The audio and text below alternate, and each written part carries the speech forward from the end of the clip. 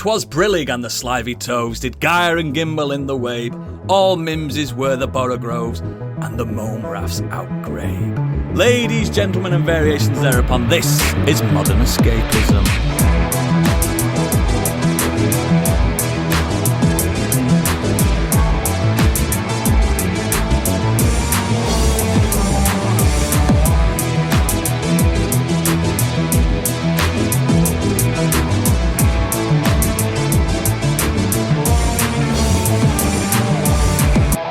Hello and welcome to the show. My name is Poodles, and joining me today, the man from the true north, and he's so vegan he's circled back to being carnivorous. It's Gizmo.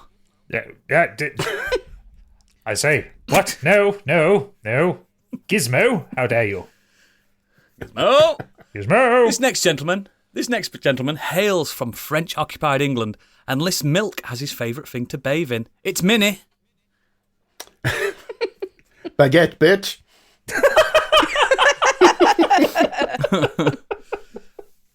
Also, this gent believes fiscal irresponsibility to be the lies and propaganda forced on the world by woke liberals. It's Stench. Just sigh. He's not saying that. Hello. Hello, Stog. And finally, this lady has never been kissed and wishes that one day Prince Charming will sweep her off her feet and blow her back legs off. It's Bubblegum Factory. Hi, I thought you were going to call me bitter, which would have kind of been more appropriate. No, I didn't want to describe you accurately. I'm only joking. It's me, Oodles, Biggie, Candy, Stig, and Gadget. Hello. How are you all doing? I'm all All right. right. All right. It's nice to be back Tired. On a Monday. Full of coughs. on a Monday. Weird, isn't it? I went to therapy today. Do you want to know what we talked about? Isn't that like supposed to be private? Not if I don't want it to be. Okay. Go on, have a guess. Is it Earth turbulence? No. Hello? Fallout. We talked about Fallout the I thought you entire were gonna say, time. hello, my name is Candy, and I'm an alcoholic. Is it? I'm not drinking water. Was it an hour of you just saying, no matter how many times I message him, he just won't message me back? Yeah, there was a bit of that. Yeah. I played all of his games. I'm a member of Bethesda Club. My therapist was like, "Please, you need to stop." At any point, did your therapist lean forward and says, "There's another settlement needs your assistance"? He came close. No, he's playing it as well, and he's playing it as his missus, which I thought was very cute. Or creepy, depending on what he makes her do. Yeah. Well, yeah, Maybe he needs a therapist. he has one. That's weird. I asked him. I told him he needed a therapist. He said he had one. Therapyception. Yeah, my therapist has a therapist. They talk about some dark stuff with some people, so, sometimes they need a bit of help. Uh-huh. Okay. He must think he's hit the crackpot when he meets me. Like, he doesn't need to talk about anything deep. He just talks about video games. He's 30, so we just get on like a house. And you're on paying fire. for that, just to talk to somebody. Yeah, we don't. Yeah, because he can't escape. I pay someone to be nice and understanding to me for an hour. He can't escape, but our listeners are here for escapism. And the best form of escapism is Biggie's breaking news. You may already know, but he doesn't, because it's time for Biggie's Breaking News. Yo, listen up, here's the story about a little guy that lives in a news world. And all day and all night, and everything he says is just news. Him inside and outside. News is his house with a news channel and a news section, and everything is news for him and himself and everybody around, cause he ain't got anybody to listen. That's going to be hard to sync. Don't I'm sing. news, da Seriously. biggie da be da, da biggie da biggie da, da biggie da be da, da biggie da be da, da biggie da be da, She's singing da in Welsh. biggie da be da. I'm news. Do not sync any music track because people No. need to hear it. Yes. People need to hear its it purest without form. music in its purest form because it sounds so much funnier. Oh, fucking hell. It's so much funnier without the music. It is. I mean, it is. Last week's one was pretty funny. Release the Biggie cut. Fuck me. Can we make an album? Yeah, Oh, I think the we've best got of enough now. Biggie's We need to news. The release news that. songs. We've got enough. God, yeah. That would take some editing. There's 4 of us that have done news songs. You two need to step it up and do one for us. Yeah, with guest appearances. I'll do one. But I'll just play piano in the background and it'll sound lovely.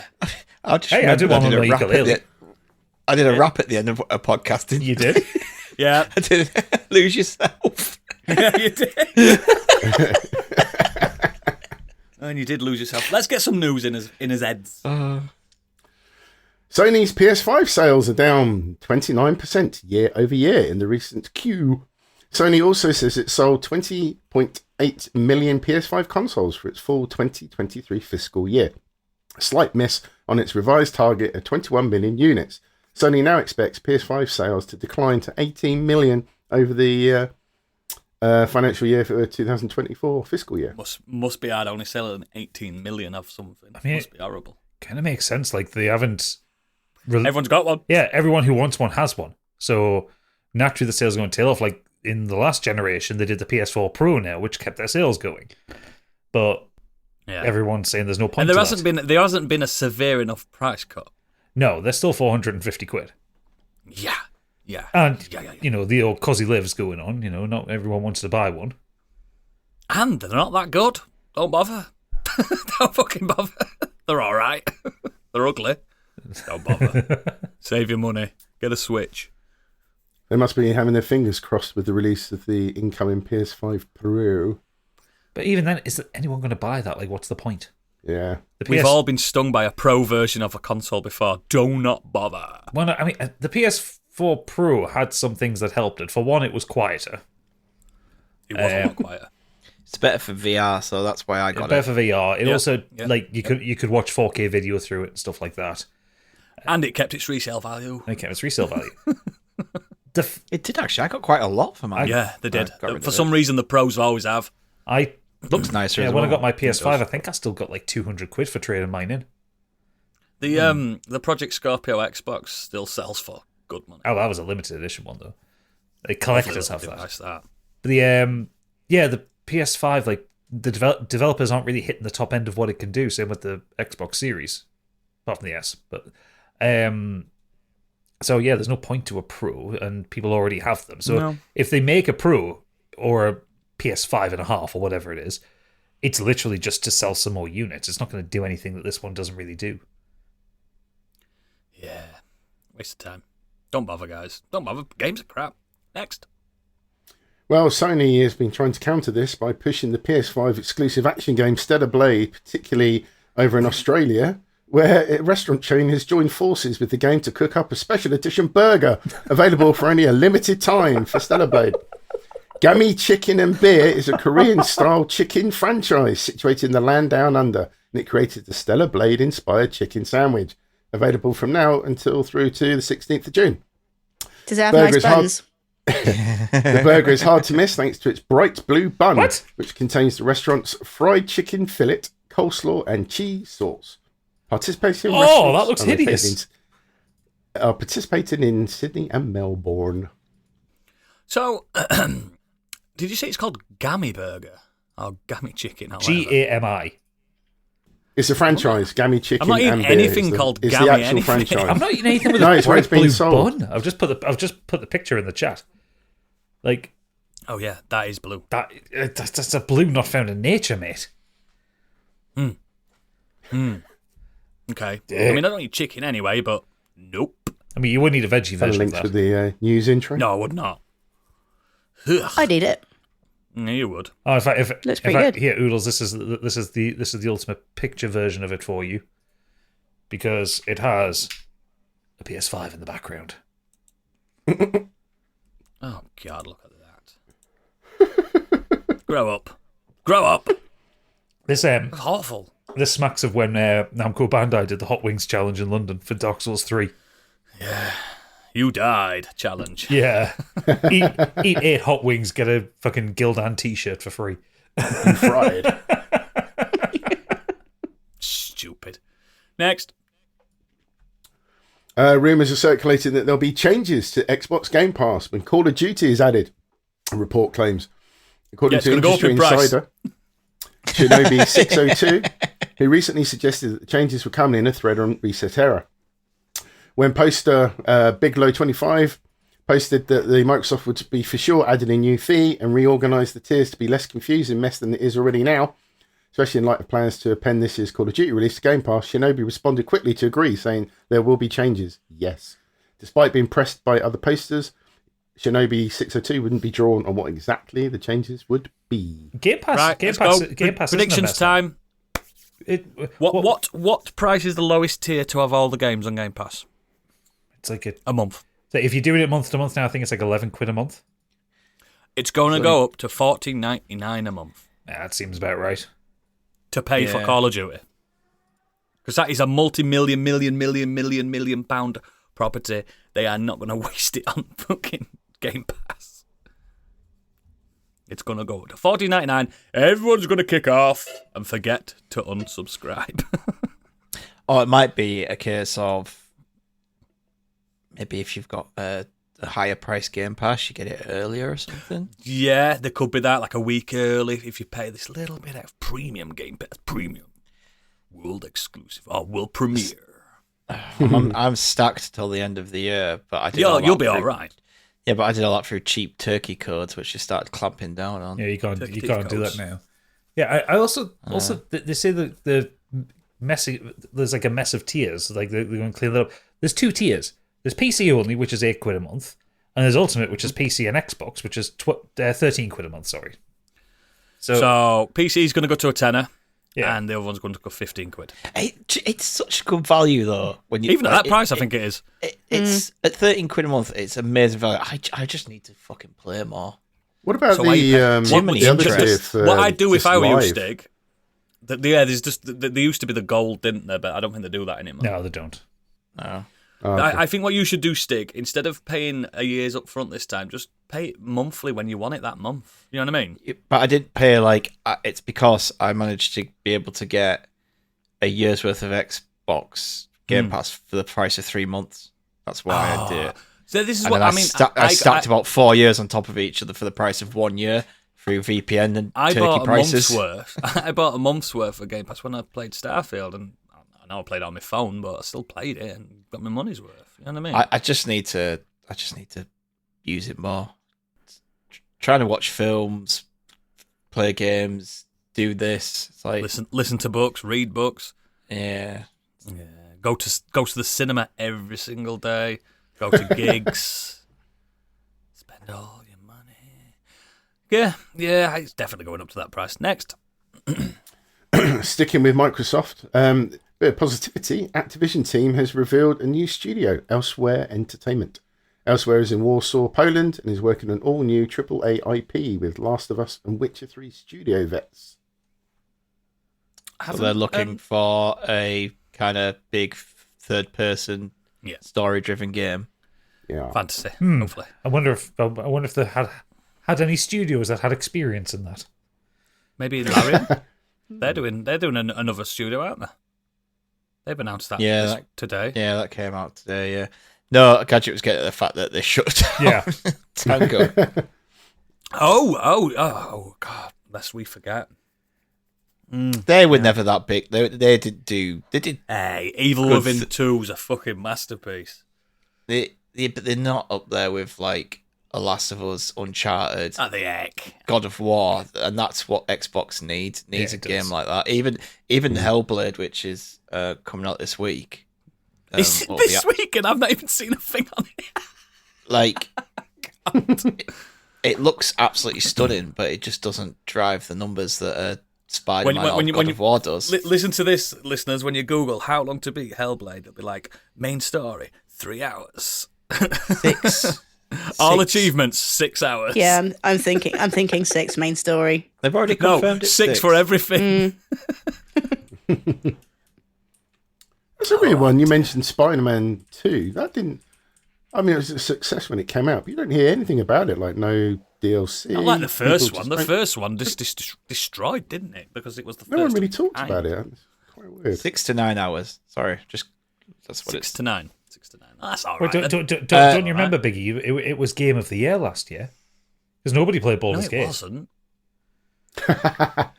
I platinumed Spider-Man 2 in a week? I platinumed it. Yeah.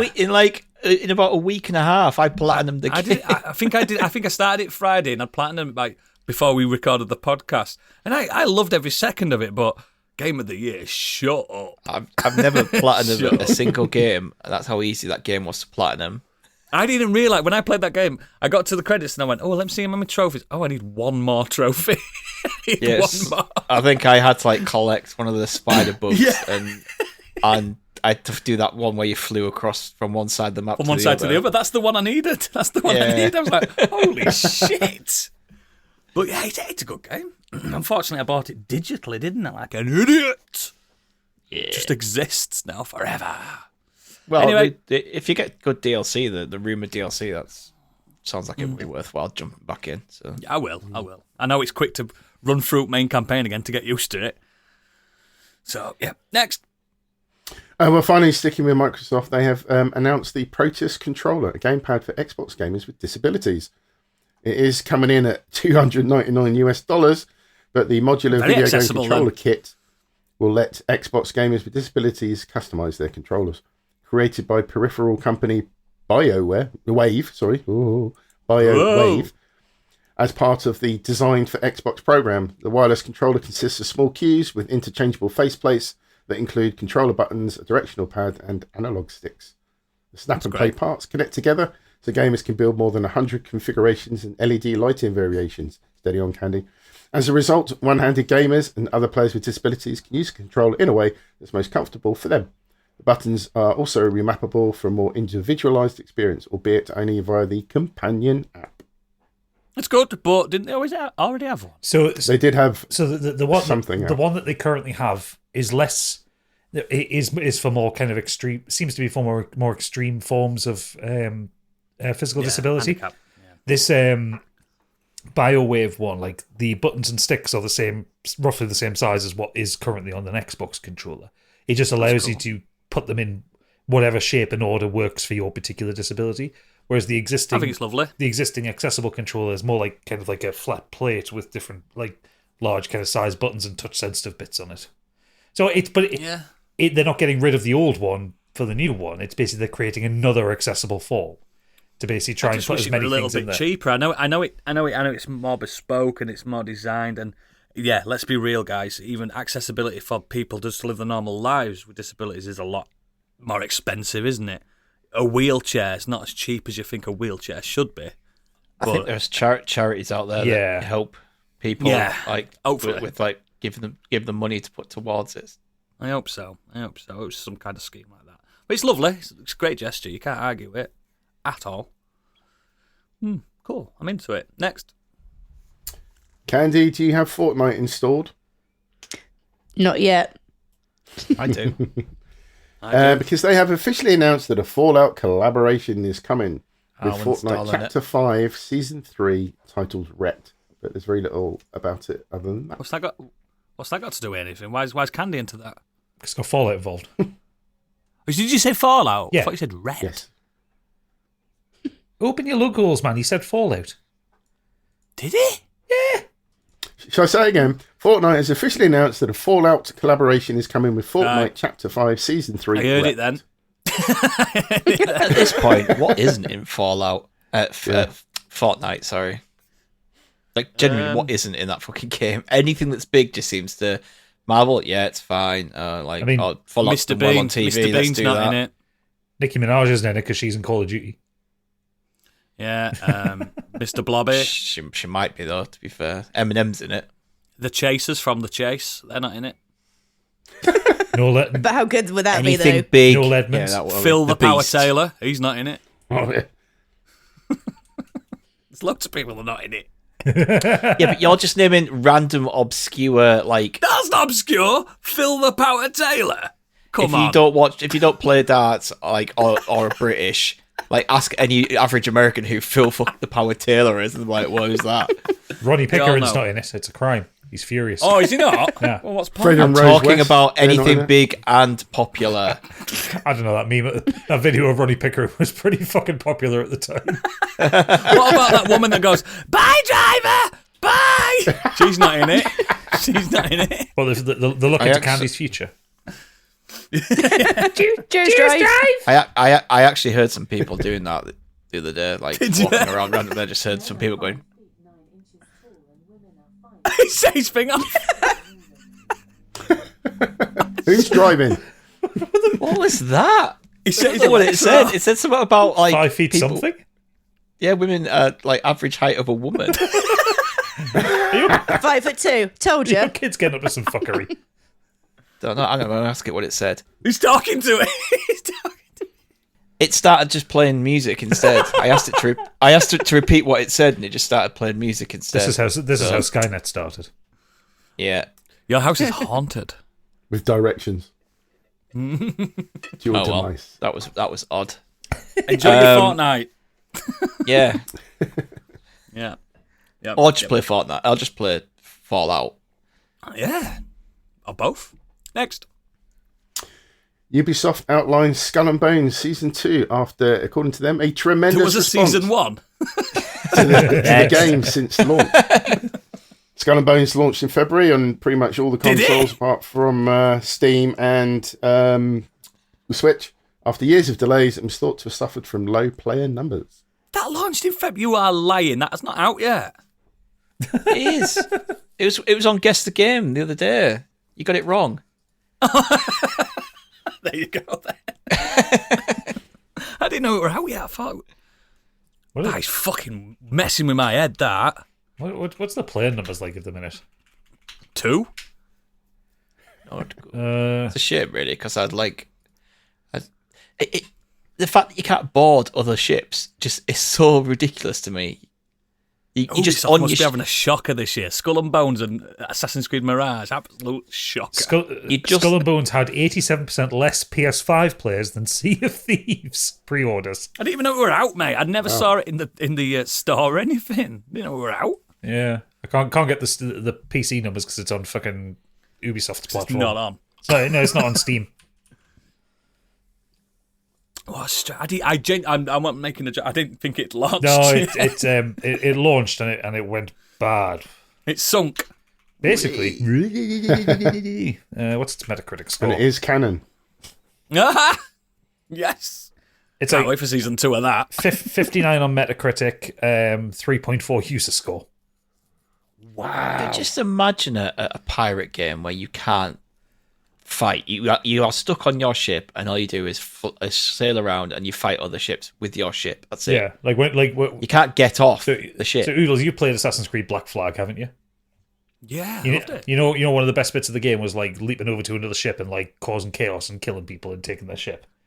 Yeah, and diving and killing whales. Yeah, that's it. I mean, even Sea of Thieves is one of the best parts of Sea of Thieves. Is that fighting other people? It's a cutscene in this game.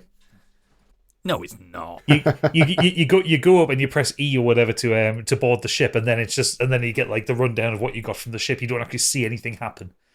But it's not like the good old pirate boat games like Sid Meier's Pirates, which is great. Yeah. It's not like that though, is it? Because it's more like supposed to be like it looked like Assassin's Creed, didn't it? Well, yeah, because it's the team that made Assassin's Creed Black Flag, and it was supposed to be like everyone loved Black Flag and loved the pirate boating bit, so let's make a game out of that, and then they fucking did nothing with it. Such a strange thing. Can't even walk around on land. Ugh. You're in a boat that can go anywhere, but you can't like land and like swim to the shore. Maybe they have got a curse where they can't step foot on land. No, because you can get off at certain ports. Weird. Next. Over to World of Film and TV. Amazon Prime are doing all right. Darkness Will Bind Them. The Rings of Power returns August the 29th on Prime. Looking forward to it. Yeah, I'm excited for it. The Fall of Numenor. Don't let the naysayers get to you. No, it's Oh gonna no, be I good. liked it. I enjoyed it. No, but we did a spoiler cast on it. We loved it. Yeah, We were- I don't We know were what people's waxing poetic on it, weren't we? Yeah. don't know what people's problems are with it. Great at show. all. Too woke. Great show. Gone black elves. Oh, God, Black Elves. Why is Galadriel like this? It's nothing like the film. Because it's set fucking thousands of years in the past. I'm not even the same person I was 5 years ago. Sauron's not supposed to be pretty. You don't know. Yes, he He was, actually. He is supposed to be pretty. Genuinely, I've already seen the comments because he's like wood elf. Yeah. Thing, isn't he disguised himself as an elf. Yeah, it's his elf disguise this time with the blonde hair, and people going, "Why does he look like that?" He's like, wait while people find out that Sauron is an elf originally. yeah, but then luckily you do have people in the comments just going because he's playing this character. This is who he disguises himself as. Like, luckily we've got the real people. Yeah, those comments educating. It's people just have the films to go off and think they know. Deceiver Sauron, which is mentioned in the films. Yeah, but they think that they know that the lore is based on those 3 films. It's like no, it's films not. are very different to the books. Yeah, but there's so much more, isn't there? In that world? Yeah. I don't know it all, but I know enough that it isn't just some fucking big bad black spoiler alert, Sauron and Celebrimbor Celebrimbor make the one ring. 2 people made that ring, not just him. It's gonna be good. Can't wait. Next. Amazon has also confirmed the Tomb Raider series for Prime with Phoebe Waller-Bridge as writer and executive producer. Oh, Chris, I thought you were going to say it as Laura. They're producing the show alongside Embracer-owned Tomb Raider developer Crystal Dynamics, and have said Tomb Raider will premiere exclusively on Prime in more than 240 countries and territories worldwide. But it has failed to mention a release window or who would play Lara Croft. She's from Fleabag, and she's the sidekick in the new Indiana Jones film. Oh, I don't like her. She's great. No, I'm not into her. I thought she was good in that movie. I didn't like the rest of it. Fleabag's incredible. Yeah, Fleabag is genuinely brilliant. Don't know what Fleabag is, but I'm sure. She's directing it then. Has she got directorial expertise? No, she's a writer. She's a writer. She's writing it. Oh, that's fine. She was a writer on the last Bond film. Last Bond film as well, yeah. Oh, good film as well. I like that film. I liked it. I didn't. It's good. Not the best. I forgot I'd seen it, remember? Left that much of an impact. She wrote Killing Eve as well. Killing Eve, I don't know what that is. It's on BBC, you would have never seen it. Good show. Yes. Because I'm in a different country to everyone else. Cool. I mean, I never asked for a Lara Croft TV, but I don't ask for a lot of things, and sometimes they surprise me, don't they? So I'd be interested if anyone can actually pull it off, because there's been so many attempts over the years to do like Lara Croft on a screen. Like whether it was I still liked Angelina Jolie blowing a fringe when she had them 2 little things when she got knackered and she was sweating. I love that. Oh yeah, that awakened many a teenage boy back in the day. Yeah. And when she's shooting that robot.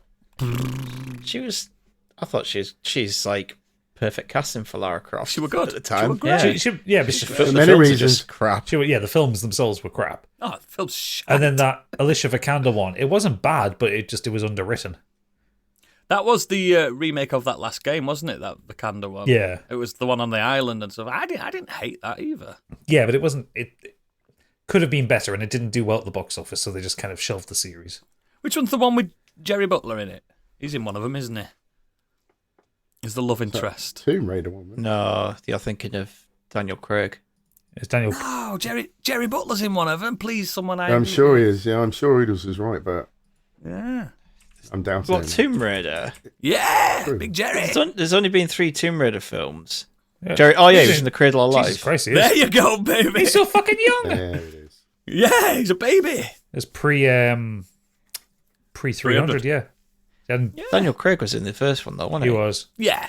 I just always liked that they had Chris Barry as the butler.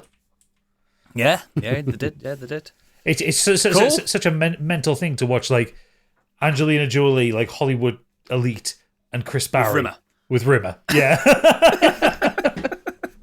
yeah, that's mad, isn't it? Cool, bring it on. I like to get like the Fallout thing surprised me, Last of Us surprised me. I'm not against it anymore. Things are surprising me, and I'm into it. So bring it on. Next. If they get this right at Amazon, then they're onto a winner, aren't they? They've got a good. Well, they've done. pattern. They've done Fallout, which was really good. If they get this right, and then it gives me hope for God of War because they're doing that. Yeah, exactly. Cool. Next. Nicolas Cage is officially set to star in the live-action Spider-Man Noir series for Prime. Is he in Fallout? Steve- Not Fallout, Fortnite. Probably Steve is. Lightfoot from The Punisher and Oren Uziel from 22 Jump Street will serve as the showrunners. Henry Bradbeer from Fleabag will direct the first 2 episodes. Okay. Do you know what? With Nicolas Cage, right? He can be hit or terrible miss, but when he hits, it hits good. Yeah, but when he misses, it hits good too for me. Oh, no. When he misses, mate, he fucking splats against the wall. Well, he's the voiceover he does for Spider-Man Noir in the film is great, but how well that translates to a live action. Yeah. Yeah. I don't. Have you guys that's true. seen the trailer for his new film coming out, The Surfer, or something like that? No. No. No, there's a trailer doing the rounds where it looks like a kind of mystery thing. He's an American. He's arguing with some Australian surfer dudes, and it looks like it's going to get very violent. But he looks tired and sweaty in the desert. So I liked him in the Lovecraft Colour from Outer Space. yeah, That was a good film. Mandy was Good in Good. that Pedro Pascal one. yeah. And Pig. People should watch Pig. Pig is great. Yeah, watch Pig. I'm enjoying this like second coming of Nicolas Cage. Like, he's got a lot more but hits in the mix. sometimes he doesn't know when to quit. well, yeah, That's the problem, that was Nick. the 90s. Yeah. No, 2000s. Well, 2000s to early Ghost Runner 2, 2010s Ghost Rider 2. was the fall off where it was like he would do everything, like that one about what's the one where was it Next or something where it was Knowing, that was it. God, that was one of the worst films I've ever seen. it was. when he was a mathematician that could predict the end of the world. Oh, so bad. It was when he did Gone in 60 Seconds as a kind of a response to Fast and Furious. That's right. No, that's good. Gone in 6 seconds. It's It's a remake of the shite. original as well. No, it's No, awful. it's not shy. Fucking It hate ain't that shy. film. It's not shy. No, Gadget's You're got shite. fun car films. he does, doesn't he? Next. You should watch Herbie the Love Bug, Gadget. You like that? Oh, don't get him started on Herbie the Love Bug. Shite. Actually, do you know what's funny? I hooked up my phone to the car on the way down to London this week, on the weekend just gone. And there's a file on there that Pip sent me of Gadget just ranting about Fast 8. And it's still like saved on my phone. And all of a sudden I'm sat like, we're in the car, and all of a sudden we just hear Gadget shouting and screaming out the speakers in the car. I'm like, what's that? And I'm sat there listening to it. It's just like, all you hear is just Gadget going, "It's fucking shite! I hate it so much!" I'm sure Kate loved me for that one when you've got driving down with the kids in the car. Oh, luckily they had the headphones on, but it was just like, it just came out of nowhere. 'Cause it picked up a random file on my phone. And if you pay us 500 quid, we'll let you have that for free. Didn't you put it out on Twitter? We'll reenact the whole series. Shit, it's already out. It's already out there, For yeah. free. It was there to try and drum up interest. That could have been cut. Which we had none. No. We're going to remaster that series, me and Stig, and actually review those films properly out with Stig. The remake. Yeah. Next. Roadhouse sequel has been confirmed with Jake Gyllenhaal returning. Into it. Me and Candy liked it. I thought it was fun. Yeah. I Silly. did. Silly fun. Silly, shirtless fun. That's exactly that. I love it. It's brilliant. There was no fucking Roadhouse left at the end of that film, though. Is the sequel then building Hopefully it? Maybe that's just what it is. It's destroyed just going to Roadhouse and just destroying them. They drove a fucking speedboat into it. It's insane. So they diverted slightly from the original film. Little bit. He fed someone to an alligator. Do you think it's just Yeah. Jake Gyllenhaal was like, I put so much effort into looking massive and He ripped. looks so big in that. Like, He looks so monstrous. Yeah, I need to use this somewhere else. And they're like, well, we'll do another Yeah. one if you want. Yeah, go on then. Yeah. Well, I still got it. He looks great in that film, doesn't he, Candy? Oh, don't he just? If I'd gone through the Hollywood machine where they'd bulked me up and made me look ripped to shit, I'd be like, yeah, of course I'm doing more films where I look like take my top off and Yeah, better do him quick. yeah. Get him quick, yeah. Cool, I'm into it. Bring it on. Next. Reese Witherspoon has announced Legally Blonde's prequel series in character as Ellie Woods or Elle Woods. Elle Woods. I've never seen them. Oh, so Really good. First one's one so definitely is good. brilliant. I don't know if I like Reese Witherspoon. what can you do as a prequel series though to They're going to de-age her. no, but the whole point of Legally Blonde is she goes to Harvard to learn to be a lawyer because people underestimate her all the time. Oh, is that what it's about? that's the- Legally that- Blonde. Yeah, Yeah, that is the setup. That is the prequel. Like, yeah. unless you're How going do to you do? tell us, like, What's she going to do? High school? yeah, I don't get it. Although people are saying that she needs to cast a daughter because fuck me, they look like it's just her. Yeah, Ah, no, I I get that, but yeah, like if you were to do like doing a prequel series, the character is a pretty terrible character at the beginning of Legally Blonde. So all you're going to have is her going up through kind of senior high school, being an arsehole, or being this vapid, awful character. Because the motivation for Legally Blonde is her basically getting humiliated, if I remember rightly, and then she goes off and she's She goes she gets to broken. prove everything. She gets broken up with. That's it. She gets broken up. She's called too stupid or something like that. Oh, Yeah. bless her. She goes off to prove it, and actually, you know, it's a banger of a film. I really like Legally Is it Blonde. good? First- Yeah, Yeah, it's great. It's funny. It's I will heartfelt. watch it. It's got a great courtroom scene at the end. It's brilliant. I like Reese Witherspoon, and I liked it when she married Ryan Felipe because that was a beautiful couple. Bend. Oh, I forgot about him. That was a beautiful little couple, that wasn't it? I don't think they're together still anymore. together. But They're not. are they? They better be, Stig. They better be. I don't think. Furious if not. But I don't see the point in a prequel. Like for Gadget says, like people want to see her as a character. I think they'd rather see her down, like what's happened to her, like 15 years down Now, the line. yeah. Or like you could even have it like because it's going to be a TV series, have it as if she's started up a law firm, a little bit like The Good Wife or something like that. So Elle Woods isn't the star of it, but she's like the owner of the law In firm. it. She's the partner, Yeah. and then she's bringing on female lawyers. Like that would be great. I would love something like that. I think that would be great. But you need to have her as Elle Woods in it for it to work. You know she's really good in the morning show, isn't she, Biggie? Oh yes. Fuck me, she can I tell you what, exactly. So she's still acting then. Yeah, she's active. Yeah. So She's exactly. phenomenal in the morning show. So why would you Phenomenal. not? Anyway, no, she's not married to him anymore. They divorced in 2007. So That breaks my heart. That means it's available. Candy. Why I know that I have no idea. I wonder whether it's going to be one of those ones where she is part of it, like, but she does like a voiceover and she's talking about her past. Well, a bit And like it's that. rather- Well, a bit like that TED one that they did. That TED TV series. Oh, everybody I've hates seen it. Chris. Or Yeah, or just the Big like where Bang they have Theory like, one. The Young Sheldon. yeah, but like they have like them talking. She's talking about what happens and stuff over the voice. I don't know, but yeah, I'd rather have seen a sequel.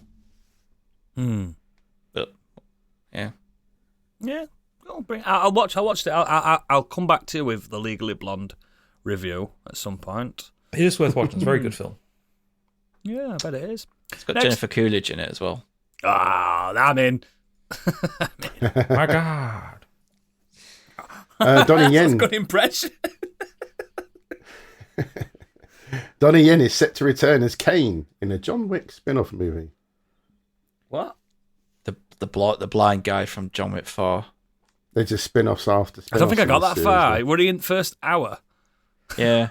I can't remember. Was he before or after the stairs? Before. What did you say his name was? Donnie Yen. Oh, I thought No. you said Kane, and then you Yeah. said the blind guy. His character is called Kane because he's got And he's got a fights cane. with it. Oh shit! Bit on the nose, isn't it? I don't think you go to a John Wick film for its for its Need to have a subtle development. spin-off of every single fucking John Wick character. It's the John Wick cinematic universe. Honestly. The Wickerverse. Fuck that. That last film was such a bloated mess. I couldn't even finish it. I like the first three. I like them. That last film, fuck me, I was bored. I was knackered watching it. Yeah. Fucking Exactly that. knackered. We're always just like, is this not over yet? No! It's fucking knackering. Oof. Next. Speaking in ongoing stuff, Cillian Murphy has been confirmed to return as Jim in 28 years later. So it's finally confirmed because it was Yeah. rumoured, wasn't it? Yeah, it's confirmed. Okay. So they've gone for the original theatrical cut where he survived. Yes. That's cool. There you go. You've That's got cool. a canon That's ending. cool. Yeah, I like that first film, so yeah.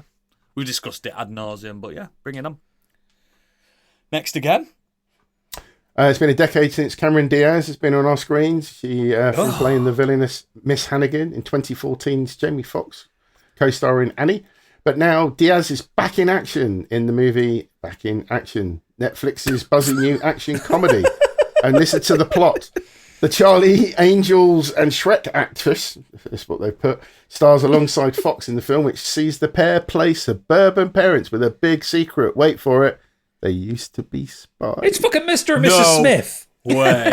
No way. That's so original. Back in action. Back in fucking action. Can you remember first seeing Cameron Diaz on The Mask and then finding out she was not of age? She was not of age then, was she? No, she was underage. Oh. It wasn't for me at the time. I was 10. Yeah, it wasn't. Same. I was 10 when that film came out. I was good. Yeah, so was I, but she was not an adult in that film. Oh shit! Hang on. Please fix it for me. No, you're wrong. I'm not. You are. She's born in 1972. The Mask came out in like 94. Okay. I always thought she was young, too young for it. No, she's 22. She's fine. Not of age. A child. You In my must be thinking eyes, of anyway. something different. I must have been, mate. It must have been. Way too old for Drake. Fuck me. Next. Chris Pratt says Super Mario Brothers 2 could help kickstart the Nintendo Cinematic Universe. I think we were all expecting that. Yeah, weren't we? none of that is a shocking sentence to say. I'm so surprised, Chris. What are we going to Well, get the next? Legend of Zelda movie is being made in close collaboration with the true genius of Miyamoto. In an interview with Deadline, spotted by The Gamer, Sony Motion Pictures Group Chair Tom Rothman stressed the importance of big IP movies for the company, asserting that Legend of Zelda is going to be huge for us. He's a true genius in that world, and it really is his strong vision that is motivating it, Rothman said of Miyamoto. He created it and understands it thoroughly. You only have to look at the results of Super Mario Brothers to see. Big IP movies are going to stay big. The Legend of Zelda is going to be huge for us. So is Zelda going to be live action, or was it going to be Live action. CG?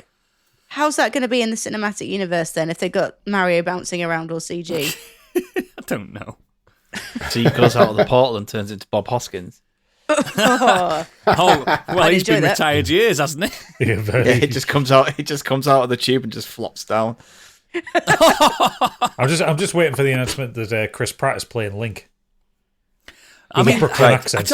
I think is that The Legend of Zelda will be completely separate and kept away from Mario. It'll have to be. And I think that everything else like Kirby and Star Animal Fox Crossing. and anything like that, anything that's cartoony and fun and wahoo wacky that's the Mario Cinematic Universe, and Zelda is going to be its own more serious thing.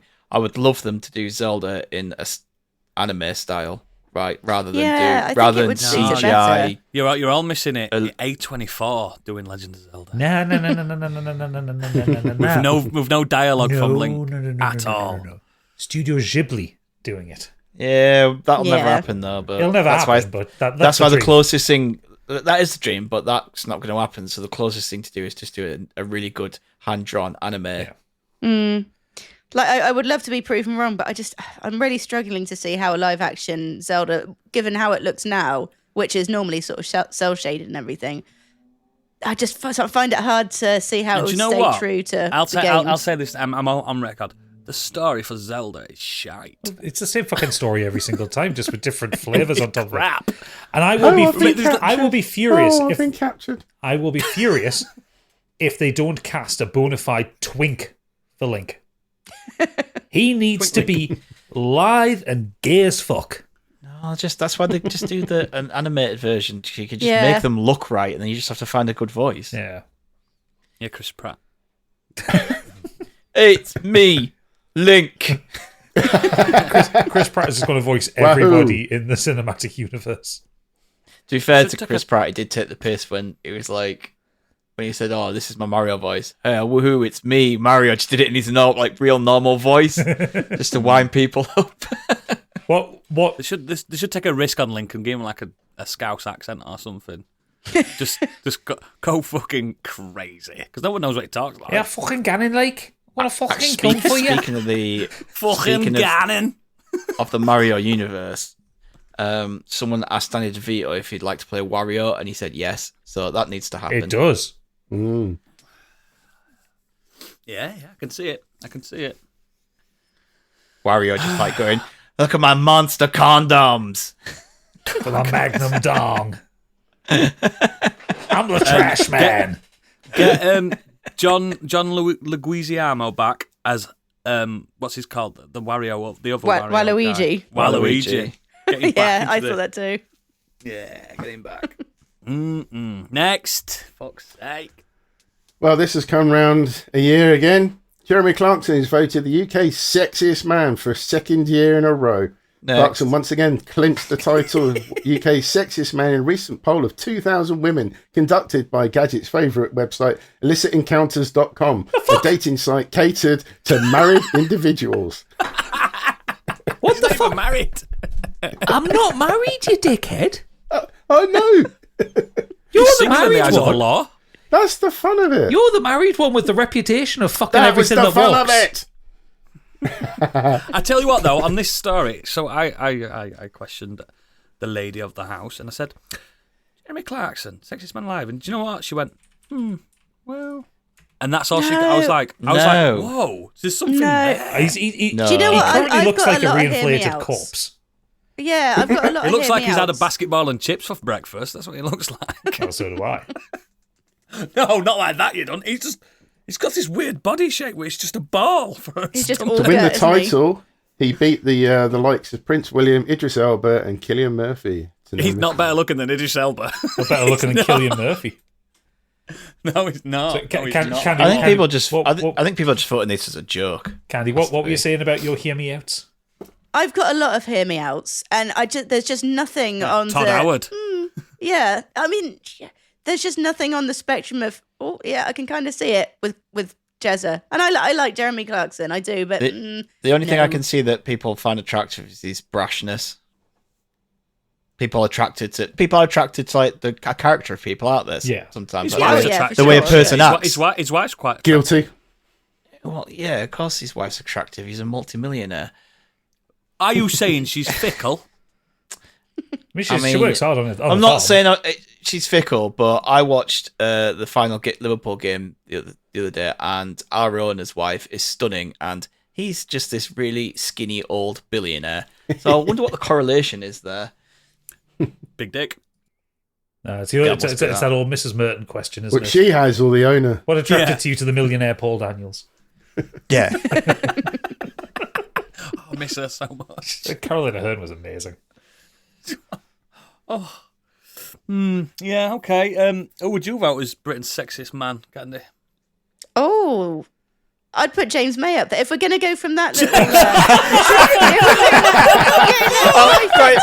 It could have been anyone, Candy. It could have been anyone. It doesn't have to She be. loves a man in a Yeah. leather jacket. That's what it I've now is. got the image of James May doing his little happy dance. Oh, bother. Oh, cock. Bollocks. Oh, cock, that's it. Oh, cock. You just love you love a It's gonna be curly-haired Henry man in a Cavill, leather isn't it? jacket. Henry Cavill's Gonna be Cillian- pretty. It's going to be Henry Cavill. But no, I'm thinking of the Top Gear trifecta, shall we say. Not even James the May. He's had a hamster. glow up. The hamster, the No, housewife's not the favourite. hamster. He's too... No, he's small. too clumsy. He What can't drive. about Tom Hardy? No, I'd still put Cavill over Hardy. Yeah, no. But, yeah, Hardy's... I think Stig fancies Tom Hardy. Over Henry Cavill, yeah. Nice. He's short though. I mean, he's a short king, but he's short. No. Yeah, Henry but Cavill I don't could mind take a me short upstairs. That's He 'cause could you're pick me up shorter. and take me upstairs. Yeah. Henry Cavill, like, he's not Henry Cavill is an attractive man, but he's quite plain Pretty. attractive. You know what I mean? He's just Yeah, attractive. vanilla, no, isn't he's he? not. He's Yeah. conventional. Like, there's nothing like edgy about him. Whereas there is He's a like bit with he's Tom Disney Hardy. handsome, isn't he? Yeah, Cavill? yeah. Yeah, I guess it would depend what mood I was in. It's a tricky one, isn't it? No. Yeah, do you want to Simon play Pegg. Warhammer for the Is it night? Or do you though? want to be tossed around your room? Like, that's the difference between Hardy and I Cavill. wanna, can I have both? No love for Luke Evans. Oh, I love Luke Evans. He's very good. No. And I've got more chance of him than you have, Candy. Yeah, exactly. Candy's got the chance. I think that's it. The gay guy's gone Do you up know, and said no. I Orlando think he'd Bloom rather looks- have me than you, darling. Orlando Bloom looks just like Luke Evans now. Yeah, I noticed that. Doesn't he? Yeah, there was this TikTok of him talking about Lord of the Rings, and for a start, I looked at it when Luke Evans was in Lord of the Rings, and then No, he was in The Hobbit. Yeah, but then he was talking about Legolas, and I was like, oh, fucking hell, right. He looks like him. I think the only way you can really tell them apart is Luke Evans is a bit more muscly, but also Welsh. Yeah. and Orlando Bloom's had his life sucked out of him by Katy Perry. So there is that. I mean, it's not a bad way to have the life sucked out of you. I think we should. It would be nice. Should we carry on this topic in the green room rather than his ring has been destroyed. Who's Britain's sexiest man? Yes, this is pay for this. You got to pay for this. Next. Taylor Swift report. Sadly, this one's a bit weird. Fans horrified after a baby is spotted lying on the floor at her one of the gigs at the Eras tour. The cult of Eras. Swift strikes again. Eras? Why? Not Eras. Eras. Okay. Eras. Eras. As in an era. In Paris. Era. It saw the concert goers outraged after spotting this baby. The baby could be seen lying at the feet of the parents on a mat of some sort, and it was wearing headphones. And the caption reads, "Get your baby off the floor and go home." I mean, legitimately, this is fucked up.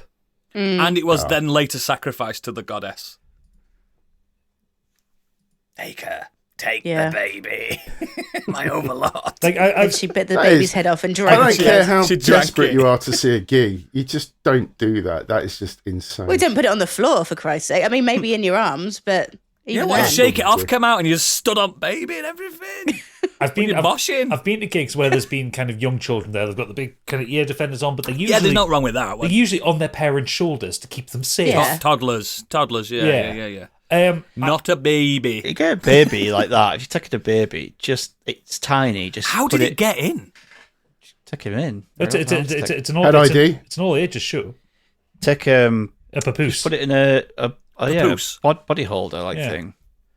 They weigh fuck all at that size. Or get- Like you are not true. going to get tired with that baby strapped to you. Or get a Even seat for ticket, 3 hours. or ask if there's If a I spare was disabled security, seat. You if wouldn't I was get. security, I'd have gone, whoa, has that baby got a ticket? They probably checked beforehand.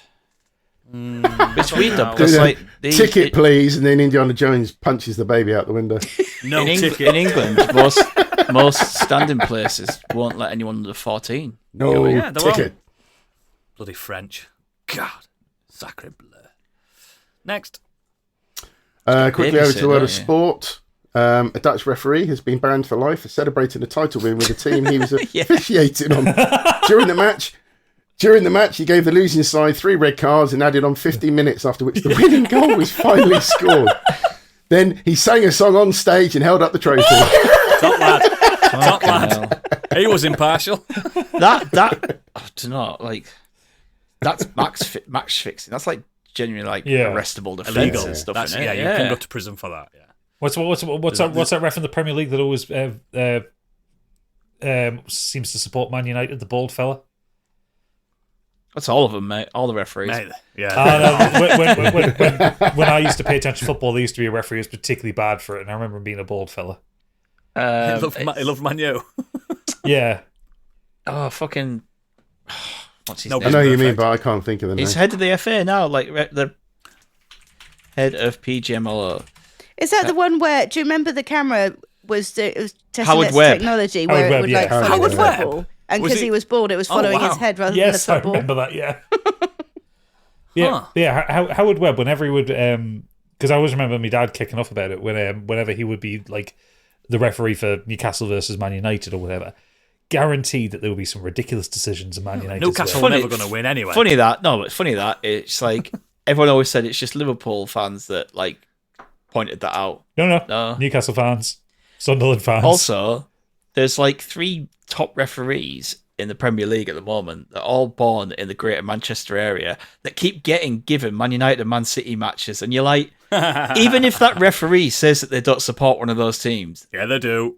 someone in their family directly fucking does. Yeah. There's Yeah. too much of a conflict of interest with that. But anyway, I always thought you had to be foreign. no, they're always always thought you English. Weird. Okay. Next. Very quickly sticking with the world of football, Danko Jürgen for Gadget. the time Gadget, like, that he almost had, kind of like 2015 to 24. What a Good man. lovely time we've had with Klopp. Thank you very much. And it was a really nice. Klopp. A lot of managers, when they leave clubs, tend to be sacked. So it's actually nice that he left of his own accord. on his and own had accord. a really nice Rare. goodbye to the fans and the club, and he gave the backroom staff a nice shout out with bringing them out as well. It was a really nice ceremony to say goodbye to him, so that was cool. Well, that's And the Liverpool new for guy. next season. We'll got Yeah, the new- they're going down. He bigged up the new guy as well. Got the crowd to sing a he song did. for the new That guy. was really nice. I tell you what, German managers are great. German. And Slot, he's been appointed officially today. Actually, no, That's it officially starts on June the 1st. Did you pick him because it's easy to say like Klopp, and you guys are not very smart and you have to have one syllable managers. Yeah. So you don't have to. Is it so you don't have to change your songs? Well, you can fuck off. Biggie, don't worry. He's just mad because he still remembers Brian Clough. Shut up. Hey. Talk about him. Next. And finally, over to the weird world web. I've got two quick ones for you. Girl said she heard monsters in her bedroom wall, and it turned out to be something much, much worse. What's the monster? Little girl made a horrifying discovery in her bedroom wall, which is truly the stuff of nightmares. Mum, Ashley Class, had been trying to help her daughter sleep, and as the little girl kept complaining of hearing monsters moving around in her walls. But as the noise persisted, she investigated with a thermal imaging camera, which we all have, and revealed a huge swarm of bees living in her walls. Swarm of bees spilled out of a hole that was cut into the wall, revealing a massive bee colony thought to be made up of 50,000 bees. Oh, God. I mean, that's These are not lovely worse than creatures. monsters. Yeah, monsters will No, eat you. Bees I'd won't. take a bee for a pint. They're lovely lads. I would. I love bees. They also found 45 50,000 of kg them. of honeycomb in the wall. You can sell that. That's a lot of money. Yeah, that's a lot of money. That's liquid gold. That. I literally on my TikTok I follow a couple who in America who go around and rescue bee colonies when they've like invaded homes. Yeah. And I like think bees are they show you the great. process of taking the hives out and moving them safely and putting them somewhere where they're not going to cause any harm. Bees are mint. You have to take the queen first. Now, if you'd have said like a We have to colony find of the queen 50,000 Yeah. tarantulas, Gadget would have lost his mind. Don't even joke That's a about that different shit. story. I don't think there's ever been 50,000 tarantulas in any place ever Or dwarves. on Earth. Dwarves would freak Or me out. dwarfs? Living in your walls. All you could just hear is, we dig, dig, dig, dig, dig, dig, dig, dig. It's borderline offensive. Biggie checks his wall for Warwick Davis every day. Oh, no. You can't say shit like that. Next. Finally, Dublin, New York portal reopens with set hours. A live video portal between Dublin and New York has reopened after it was temporarily closed to, you'll be surprised to hear, inappropriate behaviour. A continuous live stream, which allowed users in each city to see each other and supposedly interact and wave and go woo, and it was switched off on the 14th of May, less than a week after it opened. Because somebody had the knob out. Yep. A message on the blank screen stated, "Portal is asleep, back up soon." And the incidents, which have been shared extensively across social media platforms, involve users mooning, displaying swear words, and flashing various body parts. I Which didn't comes know. at no surprise. Yeah, some This is why we can't have nice things. some porn actress went just stood in front of it. She was just like, "Ugh," with the tits out, like. If that existed near me, there's absolutely no way I'm not getting plastered and getting my knob out. Well, so And one Dublin user the- displayed a video of the 9/11 attacks to New York. No. That's too far. That's too fucking. That is disgusting. that was after some New Yorkers kept like showing photos of potatoes. Oh, nat- what? So he's just. This is the part of racism and Yeah. xenophobia. Naturally, the Dubliner took it to the extreme. He went nuclear. Go humans. I mean, showing your knob's one thing. It's innocent. No one got hurt seeing a knob. No.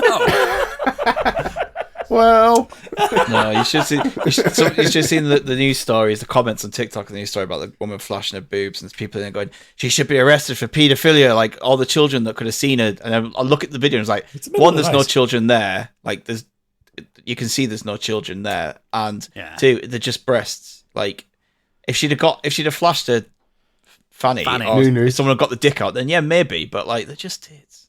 It's just a dick, mate. It's just a dick. It's a bit different, though, isn't it? Yeah, I suppose children need breasts to live. There's a difference, isn't there? Yeah, I get what you mean. But Well, technically, they need a dick to live to start with. oh shit! Right, let's move on. To start with, how do you think a baby's made, mate? I don't know. We nearly found out Penis goes recently. into the vagina. And What? Yeah, and then after a little bit of happy time, What? I thought it were painful. I've been told it's painful. I'm not allowed to do it. Let's get on with the show. Oh, please derail this. Candy, what have you been up to this week? Sorry, I need a moment to recover from that.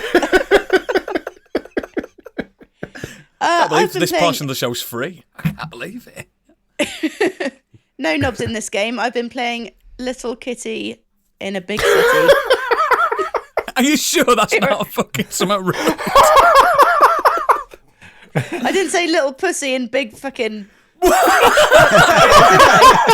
You've just set off 1,000 men. You This is shouted not Debbie Does that. Dallas. Oh my god! You I'm can't just say thinking that of word. Biggie. Biggie's absolutely He's got wetting fucking himself. puce.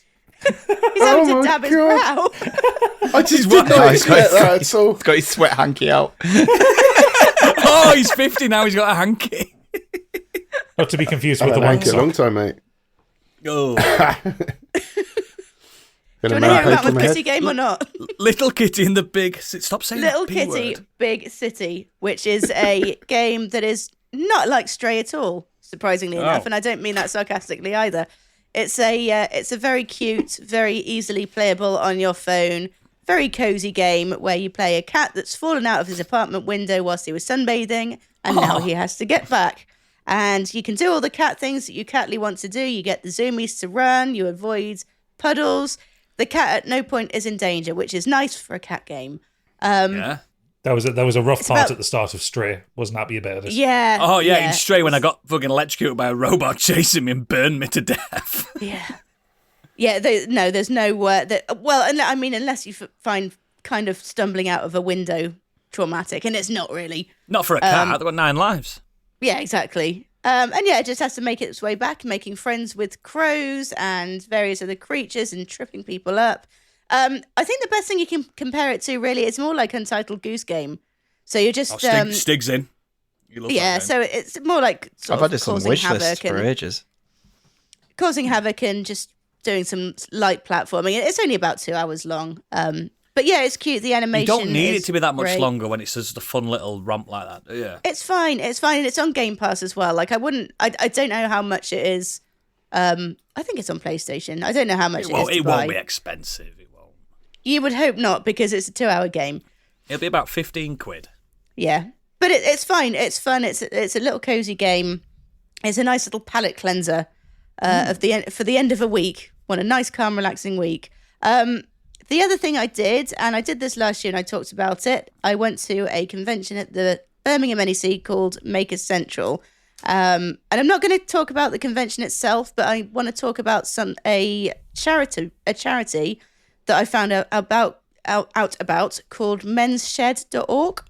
And Men's Shed are a charity that support predominantly older men who have recently retired. Biggie? There you go, Biggie.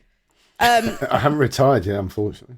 Not allowed. Because a lot of guys, when they do retire, they find that, women will go out for coffee mornings. We're a lot more sociable. Men sometimes get men sit home doing nothing, actually like completely isolated. So what Men's Shed is, it's a network of, it's like sheds and workshops, and you can type your postcode in and you'll probably get 4, 5, 6 sheds dotted around that people have set up, and you can go in and they've got their open hours. You can go and you can drop in, and it's mostly like woodworking, metalworking, all kind of basically hobbying, where you can just get together with the lads, with the old boys, and just socialize. And it said something like there's been a 89% decrease in depression for some men that have joined Men's Shed.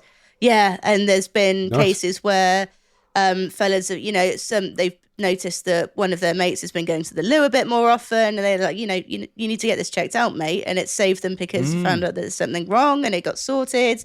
And yeah, it's just a really nice social way for men to stay connected with people and just stay a little bit social and everything. So it's a really important thing to do, and it is a charity, and it's called, if you want to have a look online, it's called menssheds.org.uk. Can we put that in the show notes, please, Gadget?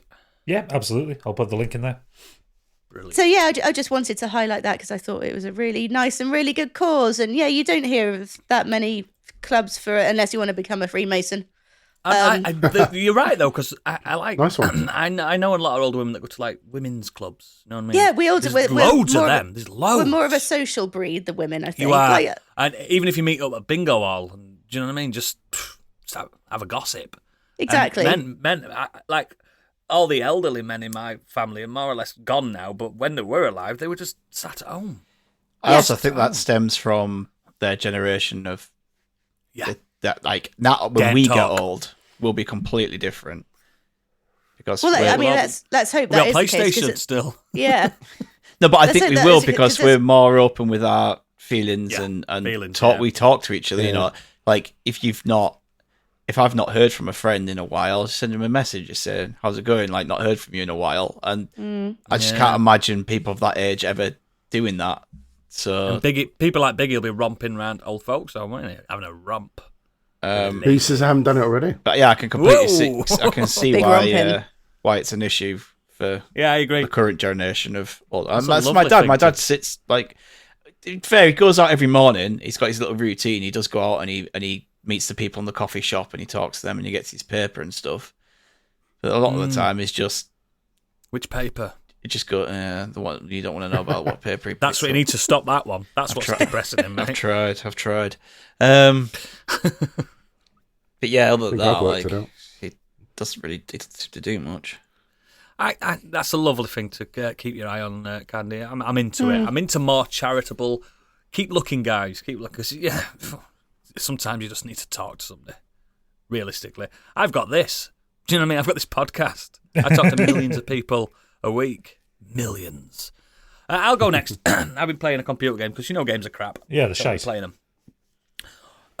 A game that one of our listeners recommended last week. I can't remember which one. I do apologise. You're all the same to me. I love you all equally. Animal Well. Wasn't that Mike? Mike Holstead, that? Yeah. Could have been, and he knows I love him. Animal Well is a 2024 Metroidvania video game developed by Shared Memory and published by Big Mode. So, you know I love a Metroidvania. People among us here love a Metroidvania. Yeah. It's been a long time since I've seen the genre be a breath of fresh air. Ooh. Completely. Breath of... Right, If I've you've never opened seen Steam. it, if you've never seen it, you play as a little blob, right? A little blob. And the game opens up and it doesn't tell you anything. So the game itself, as you are playing it, tells you what you need to do. And again, picture Metroidvania, map, little weapons and stuff like that. But this seems to be what I've hoped for, especially in this genre, since it's existed, and in games in general. It doesn't hold my hand too much. It lets me loose on its mechanics. It lets me think outside the box. It's got secrets upon secrets, even on just one screen. It's fucking genius, and I think it's got 91 on Metacritic at the moment. Yeah, it's I think overwhelmingly it's free positive on on Steam. PlayStation Plus this month, actually. Is it? I think so. I bought it on Switch. It runs beautiful. It looks like a Commodore 64 game, but what it does with its mechanics and with its graphics, is it looks modern. Like you've got little firecrackers, and when they blow up, it looks stunning and amazing. Like you couldn't do that on a Commodore 64. The sound is part of the mystery as well. The puzzles, everything about it is just. I hesitate to say it, but I'm going to say perfect. Yeah, if you're one the of them animation people looks beautiful. it's absolutely gorgeous. And basically, you just how do you play? Controls a blob, like I said. You explore the labyrinth. and it's all filled with animals, and there's no combat. It's not a combat game, but you do get weapons. Let me give you an instance of one of the first things I picked up: a frisbee. Right. So you go into one of the screens, and there's a dog, and he's chasing you. He wants to rip you to shreds. And you realise earlier on you picked up a frisbee. Now you know you can't kill that dog. You can't attack that dog, but you can distract it with a frisbee. Ah. The game doesn't tell you that. You've got to figure that out yourself. But You just spoiled that one for his noodles. No, I know, but you didn't have to use a frisbee. You could have looked at the screen closer and realised the dog's been digging a little bit. There's little tunnels underneath, so you can go underneath the dog. And do you know what I mean? So is it a little bit immersive simmy as well? As possible as it could get, yeah, for a Metroidvania. Well, yeah. Do you know what I mean? It's very hard to. If I told you any more instances, I would completely spoil the game. It's really difficult to describe how it makes me feel when I'm playing it. I'm just smiling after every encounter, after every single screen, because there are bosses in it, but they're not combat bosses. Do you know what I mean? Yeah. Puzzly bosses. And I'm just constantly smiling, and how like you'll walk past on the screen before an encounter. I've mentioned the firecracker. There'll be loads of firecracker plants, and it says you can collect them. Why would I need these? Funnily enough, the next screen you find out why. Do you know what I mean? Yeah. It's that kind of real smart game development that knows its audience is smarter than a lot of game developers think. You know what I mean? Like, don't get me wrong, it tells you the controls, it tells you what to press for map, it tells you how to jump, it tells you how to attack, it tells you how to use your inventory. It doesn't leave you with nothing. You know what I mean? It tells you the buttons, it lets you know how to do everything. But the actual game, there's no voices in it. It's just really fucking clever. And again, describing how good it is, it'd spoil a lot of it. I think people, I don't say it very often, I think you should just take a punt on it and buy it. I think it's about 15, 20 quid. It's not cheap. But it's genuinely probably one of the smartest games I've ever played. And if you look at the reviews, everyone says the exact same thing. I genuinely think it's spelled perfect for your little Steam Deckies and stuff like that. I don't say that, man. I think it's on everything. I think Switch, PlayStation 5, Windows, blah, blah, blah. I think it's on everything. And it's, yeah, look, 91 Metacritic. And do you know what? It's as fluid as Hollow Knight is. The controls are as fluid as that. You never really feel like the game gets in the way of the platforming. And it's just really fucking good.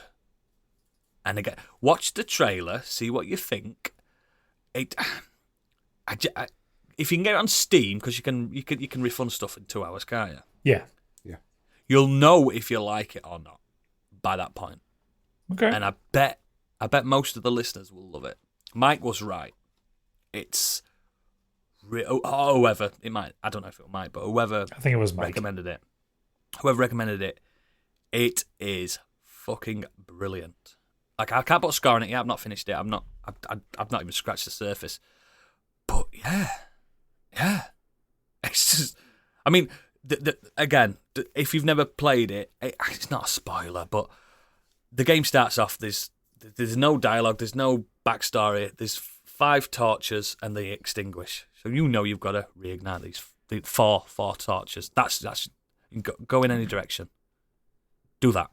Okay. And I reckon there's going to be more to it. Do you know, like these games like Inscription, where there's more to it? Alright, fine, fuck it, I'm buying it.